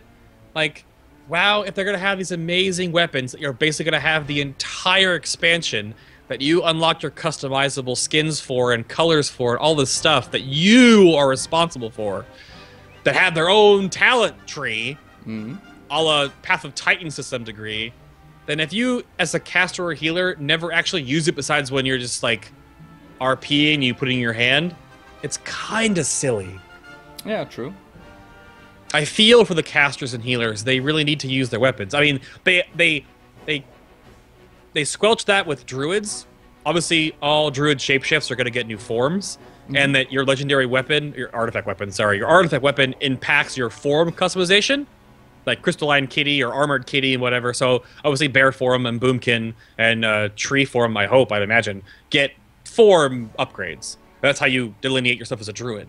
But I don't know. I hope they do that to service to casters. I hope they do that for you guys. I really do. I like the Druid change as well. And somebody is saying, like, these guys are just looking for things to bitch about. No, it's... We're not bitching about anything. We're just talking about stuff that's happening. But if you're looking for excited, somebody who's like, woo! Expansion! Yay! Everything's happy and good! Then I'm probably not the right one to be talking with right now. On the other side, by the way, did you catch that little Jaina explanation in the Khadgar bit? So this is the one thing I wanted to bring up with you, too. I want to go back into the VOD and listen to how Alex said it. Because I don't think that she is that what you were talking about when I caught your bit of your stream, that she's like running off like pissed like a little girl. I think that it must have been it must have been like a mislining of interests. Something must have happened to Jaina. No, well, I was actually talking about the way that he said it. I can't imagine that that's what Blizzard wanted to say. Like, they already had so much drama and trouble with creating good female characters, and they got so much feedback. And now they're removing a female character out of power. And with the only explanation giving that she ran away pissed off. Like, what? Yeah. What's that about? Yeah. I think it was definitely a whoopsie daisy on Alex's part. Yeah, I believe it. I can't imagine that that's the way that they want to present it. I can imagine that he wanted to keep it open, like speculation-wise, the same that he did at the end. But to do it like that, I was like, dude, you did not just say that. You did not just say that. I'm very, very, very curious about what they're going to do with her. Because, like, obviously she can't, like, just get removed from the story. But with war crimes and what she's done now in Warlords, she wasn't angry at things. She wasn't, like, trying to, like, vengefully out there, even though there was that damn slide that says, like, the Alliance and the Horde are at war with each other's, you know, they're at each other's throats or whatever again. I'm like, it's so contrived. When obviously, if the Alliance and Horde are fighting again, when all of this Burning Legion, the largest invasion, larger than the War of the Ancients, is happening, I'm pretty sure the Alliance and Horde don't give a damn over who's got lumber and who doesn't. Maybe, but like, it's a bit contrived push again to make us like, whoa, what, we're enemies? No, really, we don't like each other. Yeah, but that's a constant thing, you know. I know. Alliance and Horde will always go at each other's throats. Like I was saying right on the board there, like Alliance and Horde goes to each other's throats. Alliance and Horde work together to fight the bosses. Like that's a constant thing that they'll never step away from, I fear. But just the whole, it's the same thing. Like Khadgar is the Guardian. There is no doubt about it. That whole scene of him popping up in front of Varian and Anduin, very medieval Warcraft 3 as he popped up in front of King Tyrannus. But there's no explanation given. What happened to Medan? Why is he the leader of Dalaran all of a sudden? I hope that they got something planned that will explain that, to be honest. And what you said about Jaina not being fighting, no, there was the line indeed of Alliance and Horde are evil. She didn't really want them near Khadgar's tower. But besides that, it kind of shimmered down. So I'm really hoping like a short story or a little bit more explanation. That would be great. And not, yeah, she was pissed so she ran away. Like, dude, what the fuck? Yeah, I really want to know what she's doing.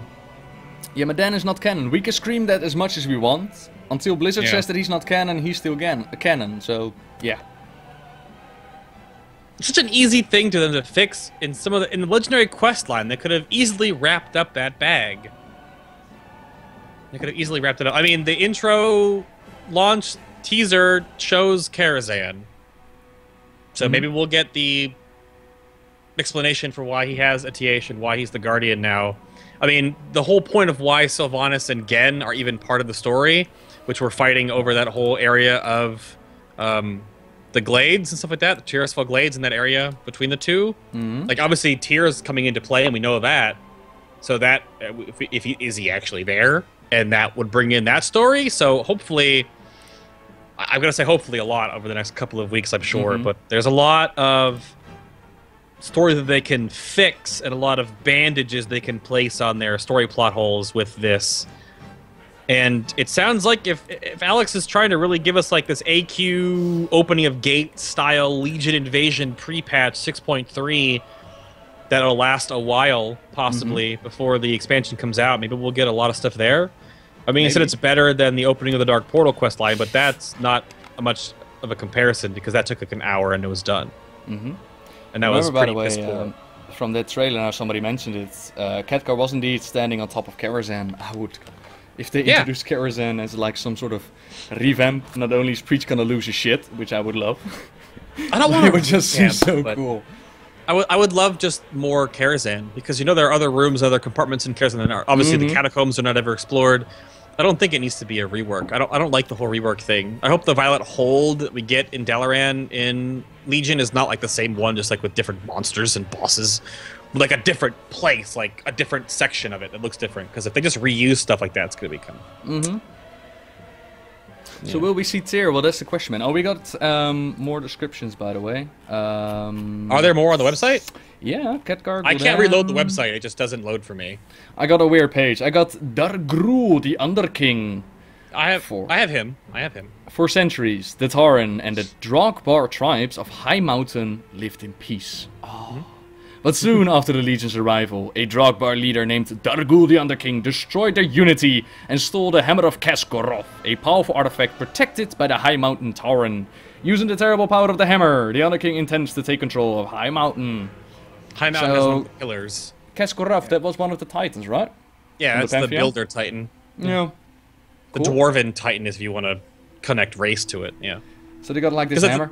That's what I like, by the way. We're getting a lot of Titan lore, but all these Broken Isle things, like where are they gonna place? Is that gonna be the opposite side of Azeroth, right? The Broken Isles, or are they gonna fit it into what we already know with the whole Maelstrom bit? The Broken Isle is supposed to be south of the Maelstrom, right? Oh, they're gonna put it at the Maelstrom area. Okay. Wait, if you look at like the map from like a topographical standpoint, like Soramar is like a desert, but everything else isn't. Oh, yeah, we can Google Broken Isle, of course. Hang on, Broken Isle. But I thought it was supposed to be south of the Maelstrom. Even though, like, the Maelstrom is the fallen city. Yeah, that was the whole area where, with the Tomb of Scares and stuff. Yeah, Broken Isle is indeed in the middle area. Okay, so we're still not getting the opposite side. It's really near the middle with the Maelstrom bit, yeah. But, like, where in regards to the Maelstrom is the Broken Isle now, I guess, in the new map? Like, they didn't give us a world map, so... The Broken Isles, there's 2 possible locations, maybe synonymous with the Darkspear Isles. Oh, I'll just link you this thingy. Somebody did a whole Azeroth map. Ah, very nice. So I wonder if we got everything that they got planned, or if there's more. Like, if they're gonna go Broken Isles, if you can check the map, you can actually see Kal Tras and all that good stuff. I wonder if that's gonna be part of it. Ah, here we go. So here...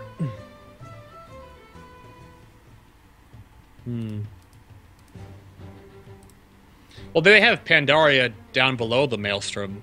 Yeah, that's the confirmed place. Yeah, Nazjatar. Which, if we're gonna have an Eye of Azshara dungeon, is that in Nazjatar? Like, holy shit. Maybe. Yeah, I don't, I mean, we're gonna see Suramar, and Suramar has been indeed near the Maelstrom with, no, not Deephole, Maelstrom. No. Where was the original Well of Eternity? It wasn't in, was it in Suramar? That's the Maelstrom is because of the Well of Eternity. Yeah, exactly. But, like, the old original Elven Empire back in the day wasn't like the whole island Suramar, basically, not like fragmented pieces like we have now. I imagine the Broken Isles is what happens now. I would have to look it up, to be honest. But I thought like this entire island, which obviously looks like parts of it have sank because you, like, it obviously looks all broken up in pieces and stuff like that. But yeah, chat room was saying like, is Nobble mad they didn't get Naga? I'm pretty sure if we're gonna go into the Eye of Azshara as a dungeon, there has to be Naga. They're gonna be Naga, no. There has to be Naga in there. I mean, I would have loved to see Naga or Murlocs. Like, I'm just happy that we're not going to an alternate reality, and I said that before. I speculated the Eye of Azshara a la Dark Prophet bit, that was going to be it. It's part of it, and the other side is the Burning Legion, so it's a combination of both. I would have loved to see a Murloc race, but I'll take Demon Hunter shirts that gets their own starting area, similar to the Death Knights, and I still think that the Death Knight starting area was pretty damn sweet. And if I look at the description, it's going to be awesome. Probably start level 70, or like 60. Did they announce a level, though? I'm not sure if they did. No. I mean, Black Temple's level 70 content, so if we're starting in the Demon Hunter, like, world, this is like 10 years ago in story time, you know, I imagine it'd probably be at least just about level 70. Level 100 imagine. boost? I don't know if they're gonna do a level 100 boost, to be honest. I hope not. Yeah, but I talked about it before the announcement, and the reason why they did the whole level 90 boost was because looking at 0 to 90 was just a daunting task to get up there. But now we already have the 90 boost, so it would only be 20 levels, so it's a lot less. And to tie the story together, if you make a boosted character 90, you go through the Draenor experience, so you get the story that leads you into back to our world. Because now it's integral. Oh, it's actually confirmed. They confirmed the level 100 boost. Are you for real? Really? Okay. Why? Why would you want people to skip your content? Level 100 boost is confirmed? Like on a tweet or something like that? Does someone have a post? Is it a tweet? It says that it's on the website, confirmed. Scroll down. Why though? Included. I think Demon Hunters will be excluded. It is. Character boost immediately raise one character to level 100. Why? Pants on head. So you can skip Warlords, yeah, but why would you want people to skip Warlords? So then do Demon Hunters start at level 100 then? Like, or start like no, 97? it says that Demon Hunters are excluded, somebody in chat room said. It's on the box. Oh, okay, then I should see it on the box then. Okay. Oh, man. Yeah, I got only the half-loaded website. Yeah, level cap raised to 110. Character boost immediately raised to 100. And beta opt-in? What? Pre-purchase beta opt-in. Oh, nice. Oh, beta pre-purchase is out, but beta opt-in should already be toggled on your screen anyway. Like, it should be toggled on your back. It's a link to... Oh, like that, sorry. Yeah, like I said, I got this weird half-loaded page. Yeah, I loaded the page, like, when the thing started, when people linked it to me when it went live during the panel, because I knew it was going to crash afterwards. So I haven't reloaded because it won't load. Yeah. I like the idea of to customize the weapons as they grow in power as you grow. I think that's really neat, to be honest. If it's gated properly. Because if you could, like, day one grind your weapon all the way to full talents, like, that's going to be required for rating. So fuck the hell out of that. So, like, if with tier 18, right, you have to, like, kill Gul'dan to unlock the next part of your artifact weapon. That makes sense, because then you're gated by power, because the artifact weapons do give you player power. So, because if you can get all your talents in the weapon before raid starts, and the raid opens, like, 2 to 3 weeks after the expansion comes out, that'll be really bad. I hope they've learned. I was actually really surprised in the first place. I don't like the fact that they give you player power. They should be all cosmetic. Granted, they are a weapon. They are your weapon that you use for power, so you have to level it up that way somehow.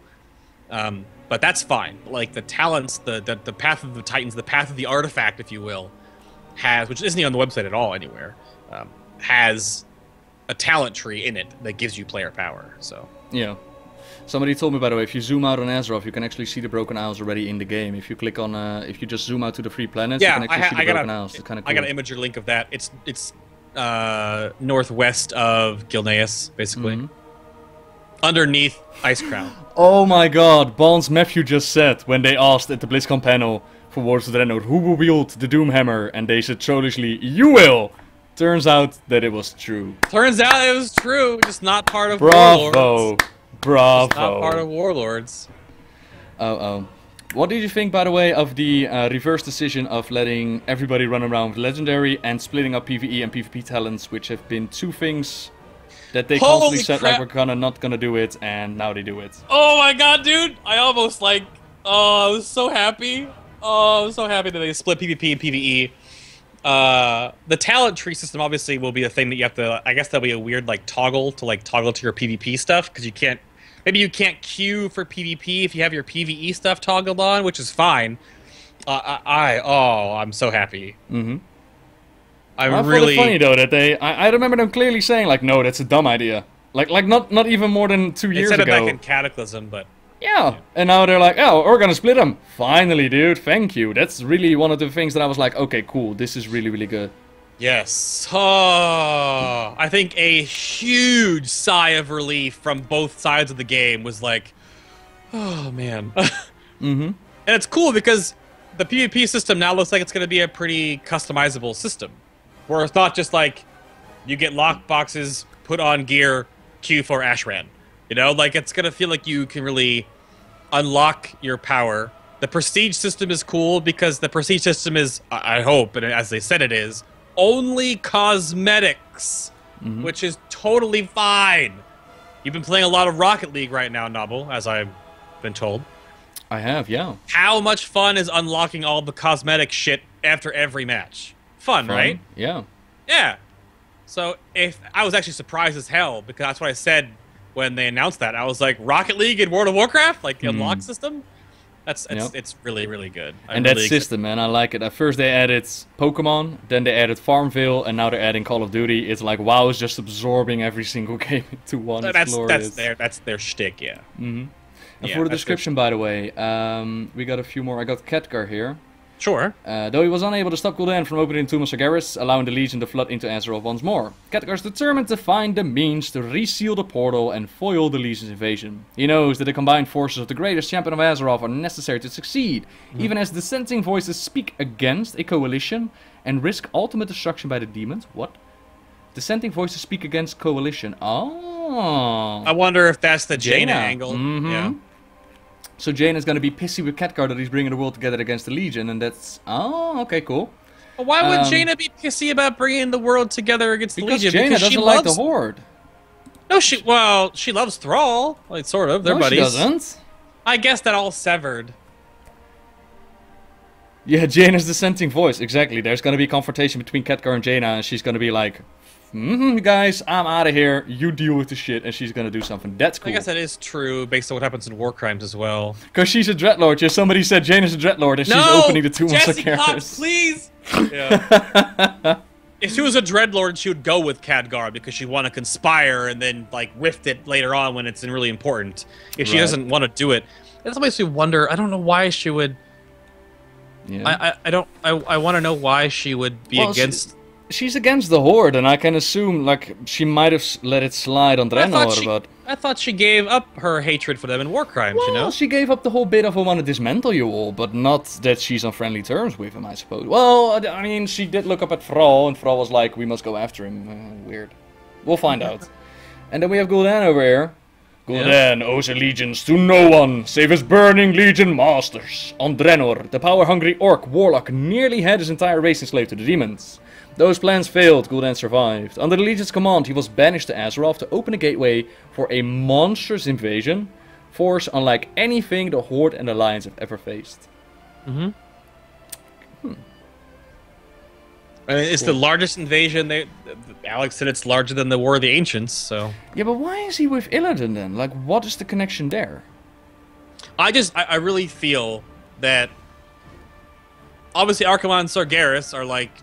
you know, dinner buddies, and Sargeras really wanted to have Illidan be this like amazing puppet of him in our realm, and because we defeated him, and he also turncoated like 17 times, I just feel like there's this shoehorned plot now of Archimonde and the Legion are now like, yo, Gul'dan, go get Illidan and mind control him and make him our weapon, and then we have to get the Pillars of Creation and sever the Legion's control and banish them back to where they came, metal-free Illidan.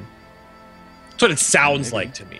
Yeah. Because that's just, it just feels like they're basically going to get their boy Wonder Super Soldier and like bring him back into the fold. So, but I just can't see Illidan being a bad guy for very long. No, Madsen has said time and time again that he loves the redemption story, and the fanbase really wants to see Illidan redeemed. So I would imagine not really the good guy, not really the bad guy, just somewhere in between. Flippity floppity, and teaming up with Maiev would be so awesome. I actually talked about it in Monday's Q&A, which I will now have to redo because a lot of new information. But I actually speculated it would be very cool to see.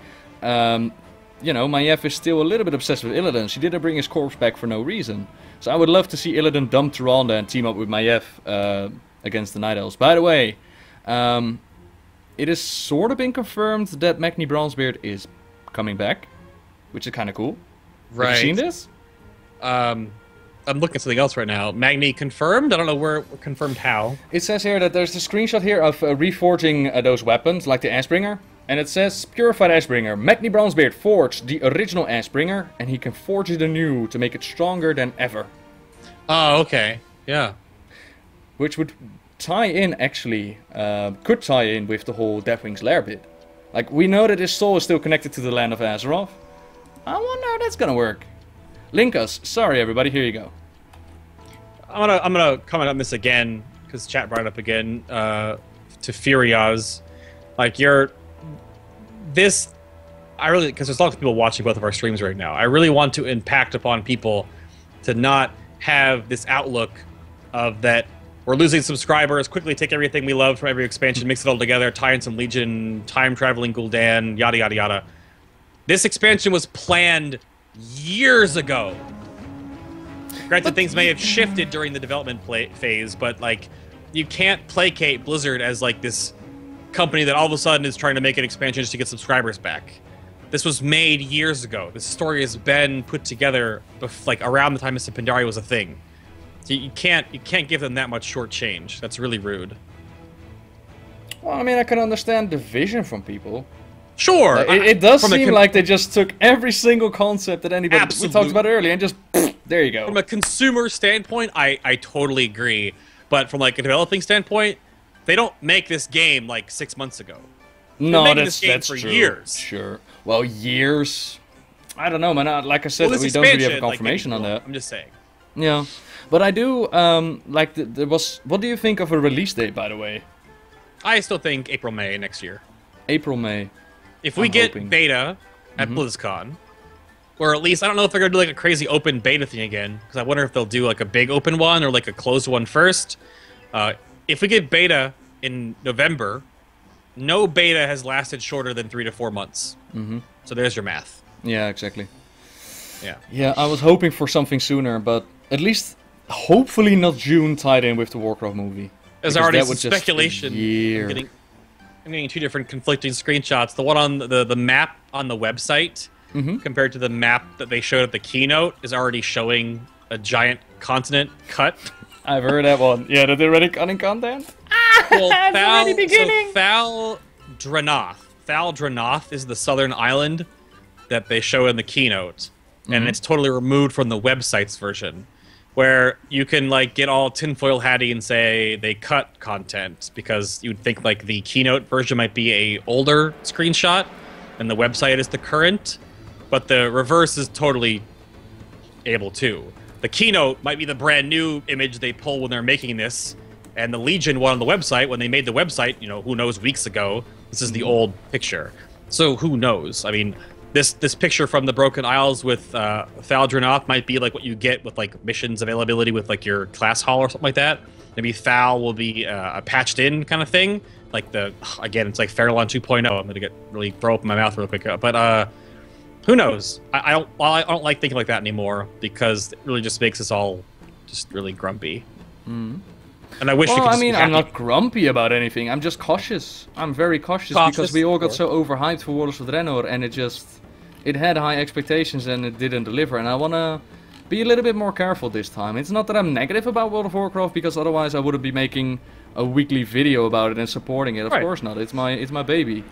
Well, I don't have a WoW tattoo for no reason, you know, but it's good to be critical about things and not be like, oh my fucking god, get on that hype train, we have a name, we have some information. It's the same with that lady that came out at first. Like, all we saw was freaking Gul'dan touch Illidan's crystal, and she was like, are you hyped? And I'm like, no, I just saw Illidan Gul'dan, why should I be hyped? Like, what the frick? Yeah. So yeah. I don't know. I can't imagine, because your perspective of the game is different than mine. I can't imagine what your brain went through with all these new characters and settings and plot lines coming into play. Because I'm sure you've already looked at your like docket of lore videos to make, and you're like, I've got, 97 random number lore videos to make. I'll be making videos for the next 7 years of my life. All of a sudden, this expansion goes like, and you're like, Well, no, thankfully not. Thankfully, there are plenty of old stories to fall back on. Like, I got 1 or 2 years of steady lore telling, and besides that, I'm, not that connected to new expansions. Sure, it makes my life a whole lot easier, because, telling a story from in-game is just a lot easier than telling it from the books, but I got plenty of content. Thankfully, I'm not tied in like that. For me, it's more, I have loved this game for many years, and I hate to see it go out on a bad note. I'd rather have them do one final big bang and get everybody in and be like, this was epic, and then end it, then slowly but surely you know, it's World of Warcraft. It's something epic. People were wondering in chat if the Broken Isle picture that has Thaldrinoth on it, is that the Death Knight starting zone? And that's why it's on one map, but not on the regular one. Because if you're not a demon hunter, you don't see that zone. What area? Is it the Demon Hunter starting zone? I forgot what it was called in the video. I'm gonna have to go back and watch Demon Hunter starting zone. That's you start in the Black Temple. You're gonna go to the Baradin Holdings. No, not Baradin. The Vault of the Wardens, right? Yeah, but what continent is that on? The Vault of the Wardens. Oh, jeez. We might be able to find it in Warcraft 3.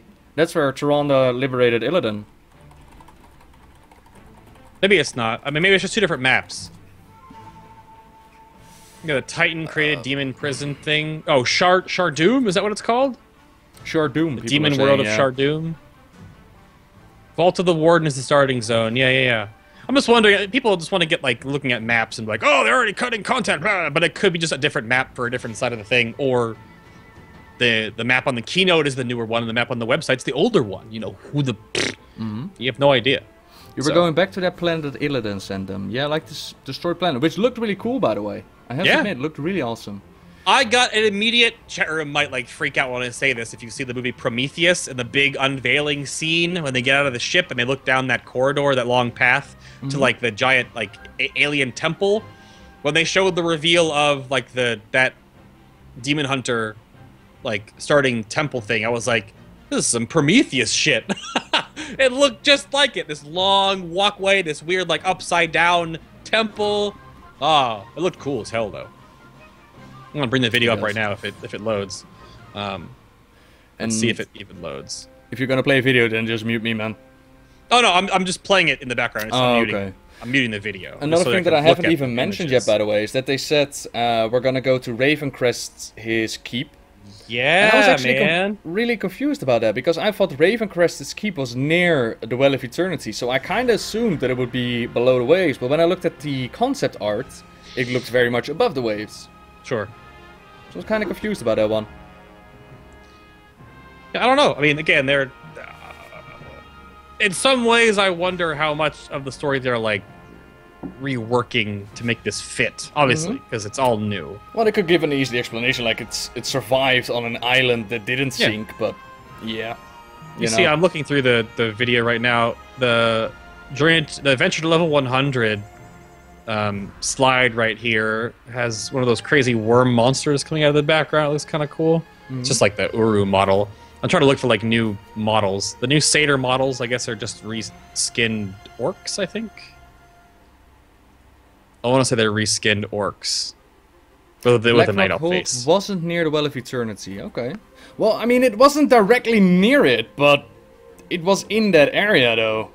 But again, I will have to pick up War of the Ancients again and check out some information on that one. What I'm curious about is the new honor system cut is like... I'm just looking at the character animations and the new graphic pieces. I don't know. So artifact weapons. So is Chris Metzen salty? That's why he wasn't there. I imagine he wasn't there because it wasn't BlizzCon. Yeah, Chris is probably just busy with other things and couldn't fly all the way across to Germany. Telephone. Phone call. I don't know who this is. I don't know who the number that is. I gotta go to voicemail. Yeah, I mean, looking like this is obviously an early concept because you can look at like the release of like the garrison footage from the announcement trailer for Warlords, and you can compare that to like I'm looking at the Paladin Forge here for the artifact weapon system. You obviously has like the default version, and then there's like a purified, flaming, corrupted, shattered. Yep. And each have 4 color variances that change how it works and be unlocked somehow. So that's why I just wonder like how much of this will actually come out when the game comes out, because obviously the garrison changed a ton. Yeah, like I said, again, I hope that they ask that, like what is already set in stone and what is still up for grabs. Right. What level would Demon Hunters start at? We don't know yet, but they speculate level 70 because it's Black Temple. You start in the Black Temple, that's what they said, so I would imagine. But like, if you go to the Black Temple, I wonder if they don't even start with a level. I wonder if you like start out, it may be interesting if you start out with a, because if you can boost to level 100, I almost kind of feel like the starting experience for Demon Hunter will have its own like progression path, and then all of a sudden you'll be kicked out at level 100 when you're done. Because if you just get out at level 70, like 3, and then you're in like Pandaria, like, or not Pandaria, but you're in Cataclysm, like what? Yeah, but that's been going on for ages. That time difference and that you get stuck in old content. That's something they mentioned like 2 BlizzCons ago. That's very hard to avoid unless you keep all the content up to date, which is just not possible with developer time. And somebody also asked, will Khadgar be warning Vol'jin? Like, we don't see it in the trailer, but I would imagine so. And we just read the description of, I think it was Khadgar, and there's some voices rising up against him. So I imagine that Khadgar works for both sides, and that Jaina is like, yo, Khadgar, what are you doing? And that's part of the drama that's created there. Speaking of which, Anduin, new model, he's grown a little bit again. Well, he's like, 17, 18 years old now, I assume. Yep, and the description reads, heir to the throne of Stormwind, Anduin is wise beyond... What? Who wrote this? No! No, he is not wise beyond his years, he got the veil blown up. Whatever. Time and again, he has used diplomacy to end conflict, inspiring even his warrior father to lay down arms in pursuit of peace. But diplomacy has its limits, there we go, and some villains can't be reasoned with. As the Burning Legion threatens to annihilate Azeroth, Anduin will learn the true cost of peace, and whether he's willing to pay it. Nice! That's what I'm talking about. That could very well be the start of finally Anduin stepping up and claiming his role as leader of the Army of Light. We've seen... Yeah? Oh, I'm watching the reveal trailer. He's talking to his father, and he's right here. His model in this trailer, the Machinima trailer, looks better than his model in the game website. But yeah, he's talking to his dad right here before Medivhgar shows up. So Medivhgar, yep. Medivhgar, yeah. And like in Valen's... Khadiv. Ooh, have you... Yeah, that's cool. And in Valen's short story, we've seen a vision of the future where Anduin led the Army of Light. And in that vision, he was in armor. He had like a holy weapon. Could have been an Ashbringer. Now that everybody's getting an Ashbringer, might as well give Anduin an Ashbringer. And the Army of Light faced off against the darkness. So it could be very well be that this expansion is finally going to push Anduin in that role of no longer being like, oh yeah, the hordes, oh yeah, they're cool, you know, just let them into the veil. Some stupid stuff like that. I really hope that he smartens up and realizes that peace is not always the way, similar to how Jaina learned it. Maybe he will get some interaction with Jaina, that would be cool.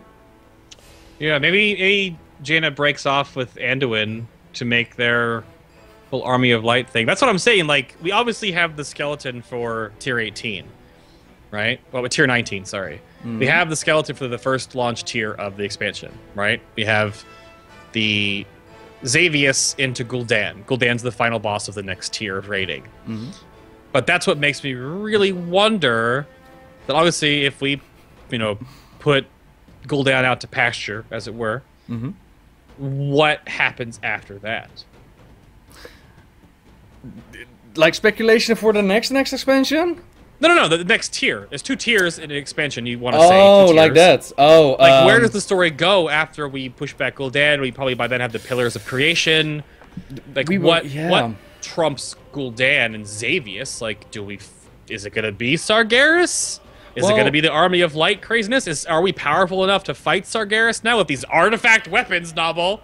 Like, it's kind of like, how are we going to stop... What is that portal to begin with? Like, what kind of portal has Gul'dan opened up? And what is this Pillar of Creation we're talking about? Right. Is that like the Pillar of Earth that we reassembled in Deepholm? Like, what exactly is this? Yeah. But Azshara summoning Sargeras. Kil'jaeden or Sargeras people are saying, like, I've always said that getting Sargeras out there as a boss would be better safe for an RTS because it will just look way cooler. And he's such a pillar in the lore, right? You have Sargeras... the Titans and the Old Gods, those are track down any story to its roots and you'll end up at either those 3 sources. So I really hope not, but it's definitely a possibility. But considering that we just dealt with our command, we might as well deal with Kil'jaeden now, right? Like a real Kil'jaeden, not the half in the soup Kil'jaeden. Yeah. Mal'Ganis returned on Wrath the Lich King. And he was like, I'm gonna help you with the Wrath of the Lich King, and then we kind of made him disappear again. Mal'Ganis is nowhere near as powerful, though. We're talking about grand arc demons right now, and Mal'Ganis is just a dreadlord. Like Azara could also be a very very powerful boss. Yeah. Little fruit fly, sorry. Yeah, I mean. Now we will fight against Kill Jaden's legs. Yep, a la Ragnarok. Just his legs. Yep. Like upside down, like I'm gonna kick you. We fight against his legs and his loincloth and his special package. Yeah. Archimon 3.0.1. Alternate universe Dark Prophet Velen appears. Oh god. Oh, please, chat room. I really hope that they'll just. That's also a big hope for in this expansion. Just cut off with the alternate reality thing. They need to put a stop on it. They need to cut it off and be done with it. If we're gonna like theory craft for 8.0, then I can't imagine Timeless Isle and Mom leads us to time traveling into alternate Draenor, bringing back these major characters into the story, bringing us back to our world with the keystone of Gul'dan. I can't imagine if we quell this all and we're literally getting the Pillars of Creation from the Titans. And yeah, I can't imagine more time travel. I would love your space travel after this, but I can't wait for the Instagram patch, right? Oh god. Yeah, but where's our Facebook integration? But now that you mention it, there is indeed a lot of lore and a lot of setups. Like just what we speculated right now: Illidan, Gul'dan, Sylvanas versus Gen Greymane with the Warcraft storyline. Yeah. Khadgar and Jaina apparently some trouble. Dalaran, Tomb of Sargeras, Demon Hunter Origin, Legion is coming. Fight over 3 pillars. There is gonna be Vrykul and Valkyr and Heaven and Earth for the ancient creatures of Wrath the Lich King. There is so much that they're dumping in here. Illyria and Trellian? What the frick? This is why I opened this conversation with this. I hope doesn't get Spider-Man 3'd, where they have lots of great characters in, in the instance of the movie, and then none of them really get good treatment. Which is this to me looks like Warlords was obviously a transitional expansion. It was a test. It was a small bit, and this expansion looks like it should last longer, with more often, 2 to 3 month patch cycles with stuff, 3 raid tiers.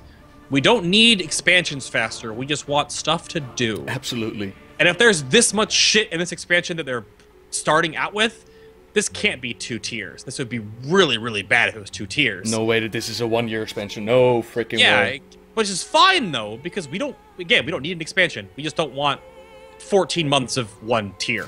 You guys said Warlords of Draenor have nothing to do, so Bliss will give you enough to do, right? I hope so, but that's the problem. Like, it's not a problem that they give us a lot. It's a problem of giving each and everything its own time in the spotlight, and that's extremely difficult to do. So hope that they will do it without. Oh my god, this little guy. Yeah, I mean, a comment from my chat brings up, what if the whole Legion stuff pisses off N'Zoth?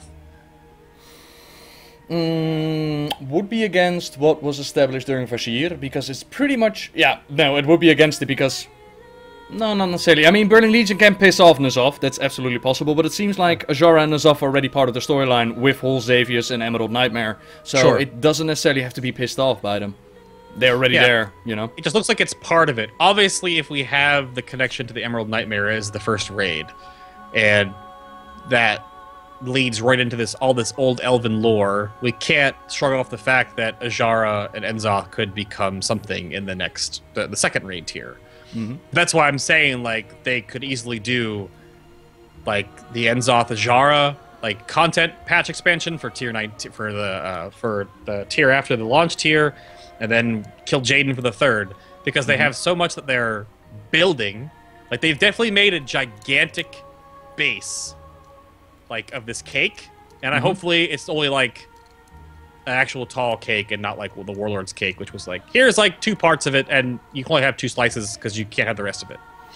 Daniel's Eye says that Sylvanas needs the Valkyr and that Halls of Valor has uncorrupted Valkyr, which is true. Yeah. But why would these Valkyr ally themselves and take Sylvanas' place in Hell if there are these uncorrupted versions? I don't think that would make a lot of sense, to be honest. I love. Someone says, Noble, I love the class identity stuff that they're doing. Me and my monks are gonna kick ass. Me too, man. I'm excited about the class hall and whatnot. I hope it fleshes out right. I really want to see. That's what my brain goes to immediately as like a endgame Mythic Raider, is that I want to know what class changes are coming. I want to know what balance changes are coming for the game. I want to know what stats are changing and how that's going on. I do want a side caveat that it was soft confirmed via one of these tidbits on here on the website. Let me scroll down to it. It was tweeted to me, but I think it should be right here. Yeah. Also planning a brand new PvP system with PvP-specific talents, rewards, and progression, as well as improving support for in-game communities. Oh, it's before that one. We're improving the transmogrification system, allowing you to collect item appearances and save your favorite outfits without sacrificing precious bag space. Wow. So, wardrobe system. That sounds like it's a huge QOL, which is ridiculous. I wonder how the splintering and phasing of the class halls will be, because if they're like battle group and like alliance or horde, right? You go into your paladin hall, for you, for example, Double. How many paladins will show up? Because obviously they were talking about just a few, like not that many followers as you got, and they were talking about more prominent characters like Leodrin. Yeah.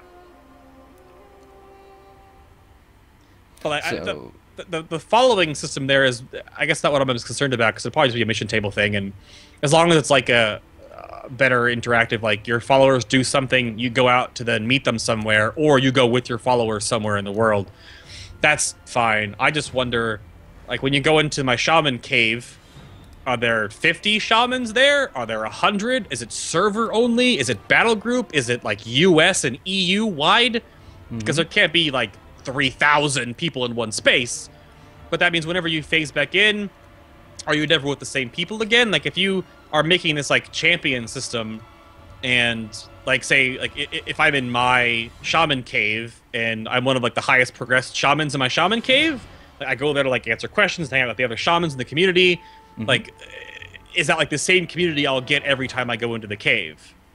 That's how many people are in your bat cave is what I really want to know.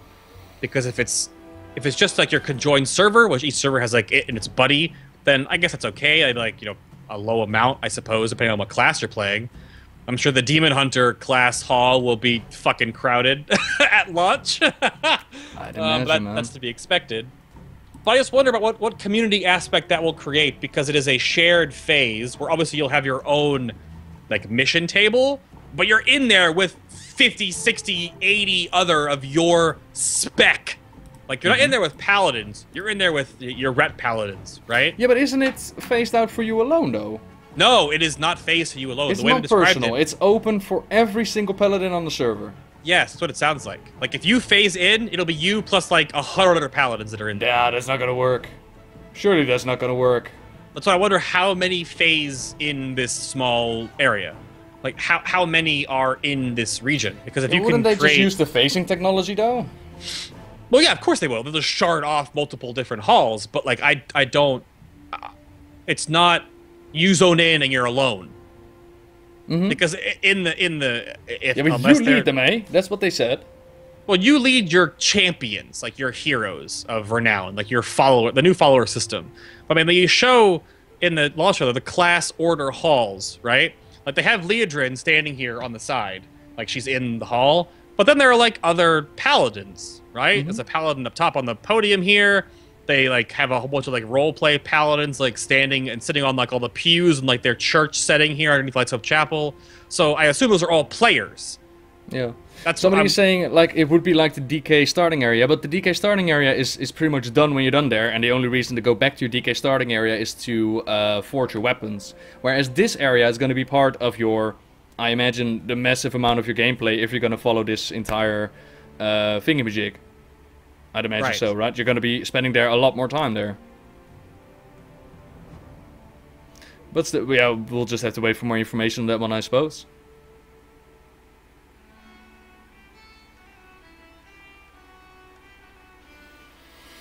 Do you think we'll see the heroes from Draenor like Euro and Duratan?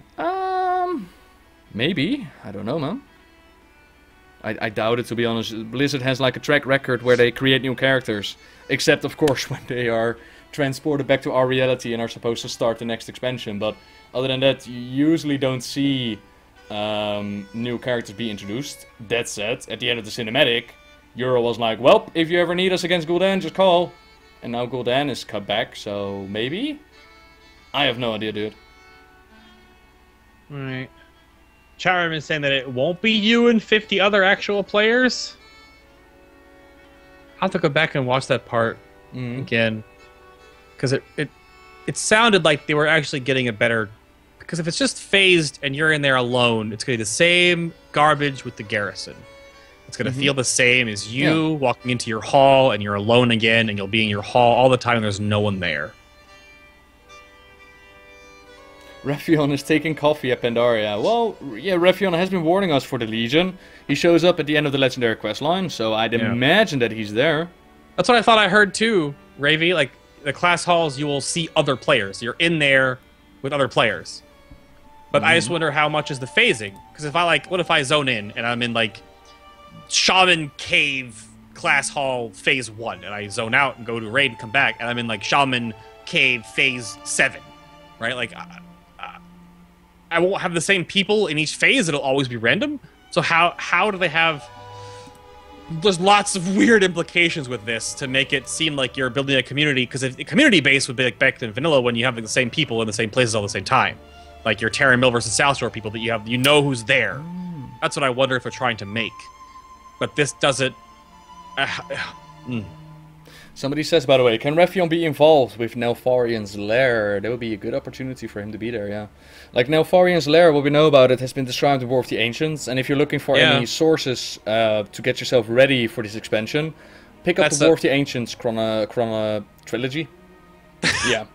The chronology novel? The chronology, that one. There you go, baby. The Chronicles, that's what I wanted to say. The Chronicles? Yeah, that one. There you go. Pick up that book, because most information is known there, and they're gonna be...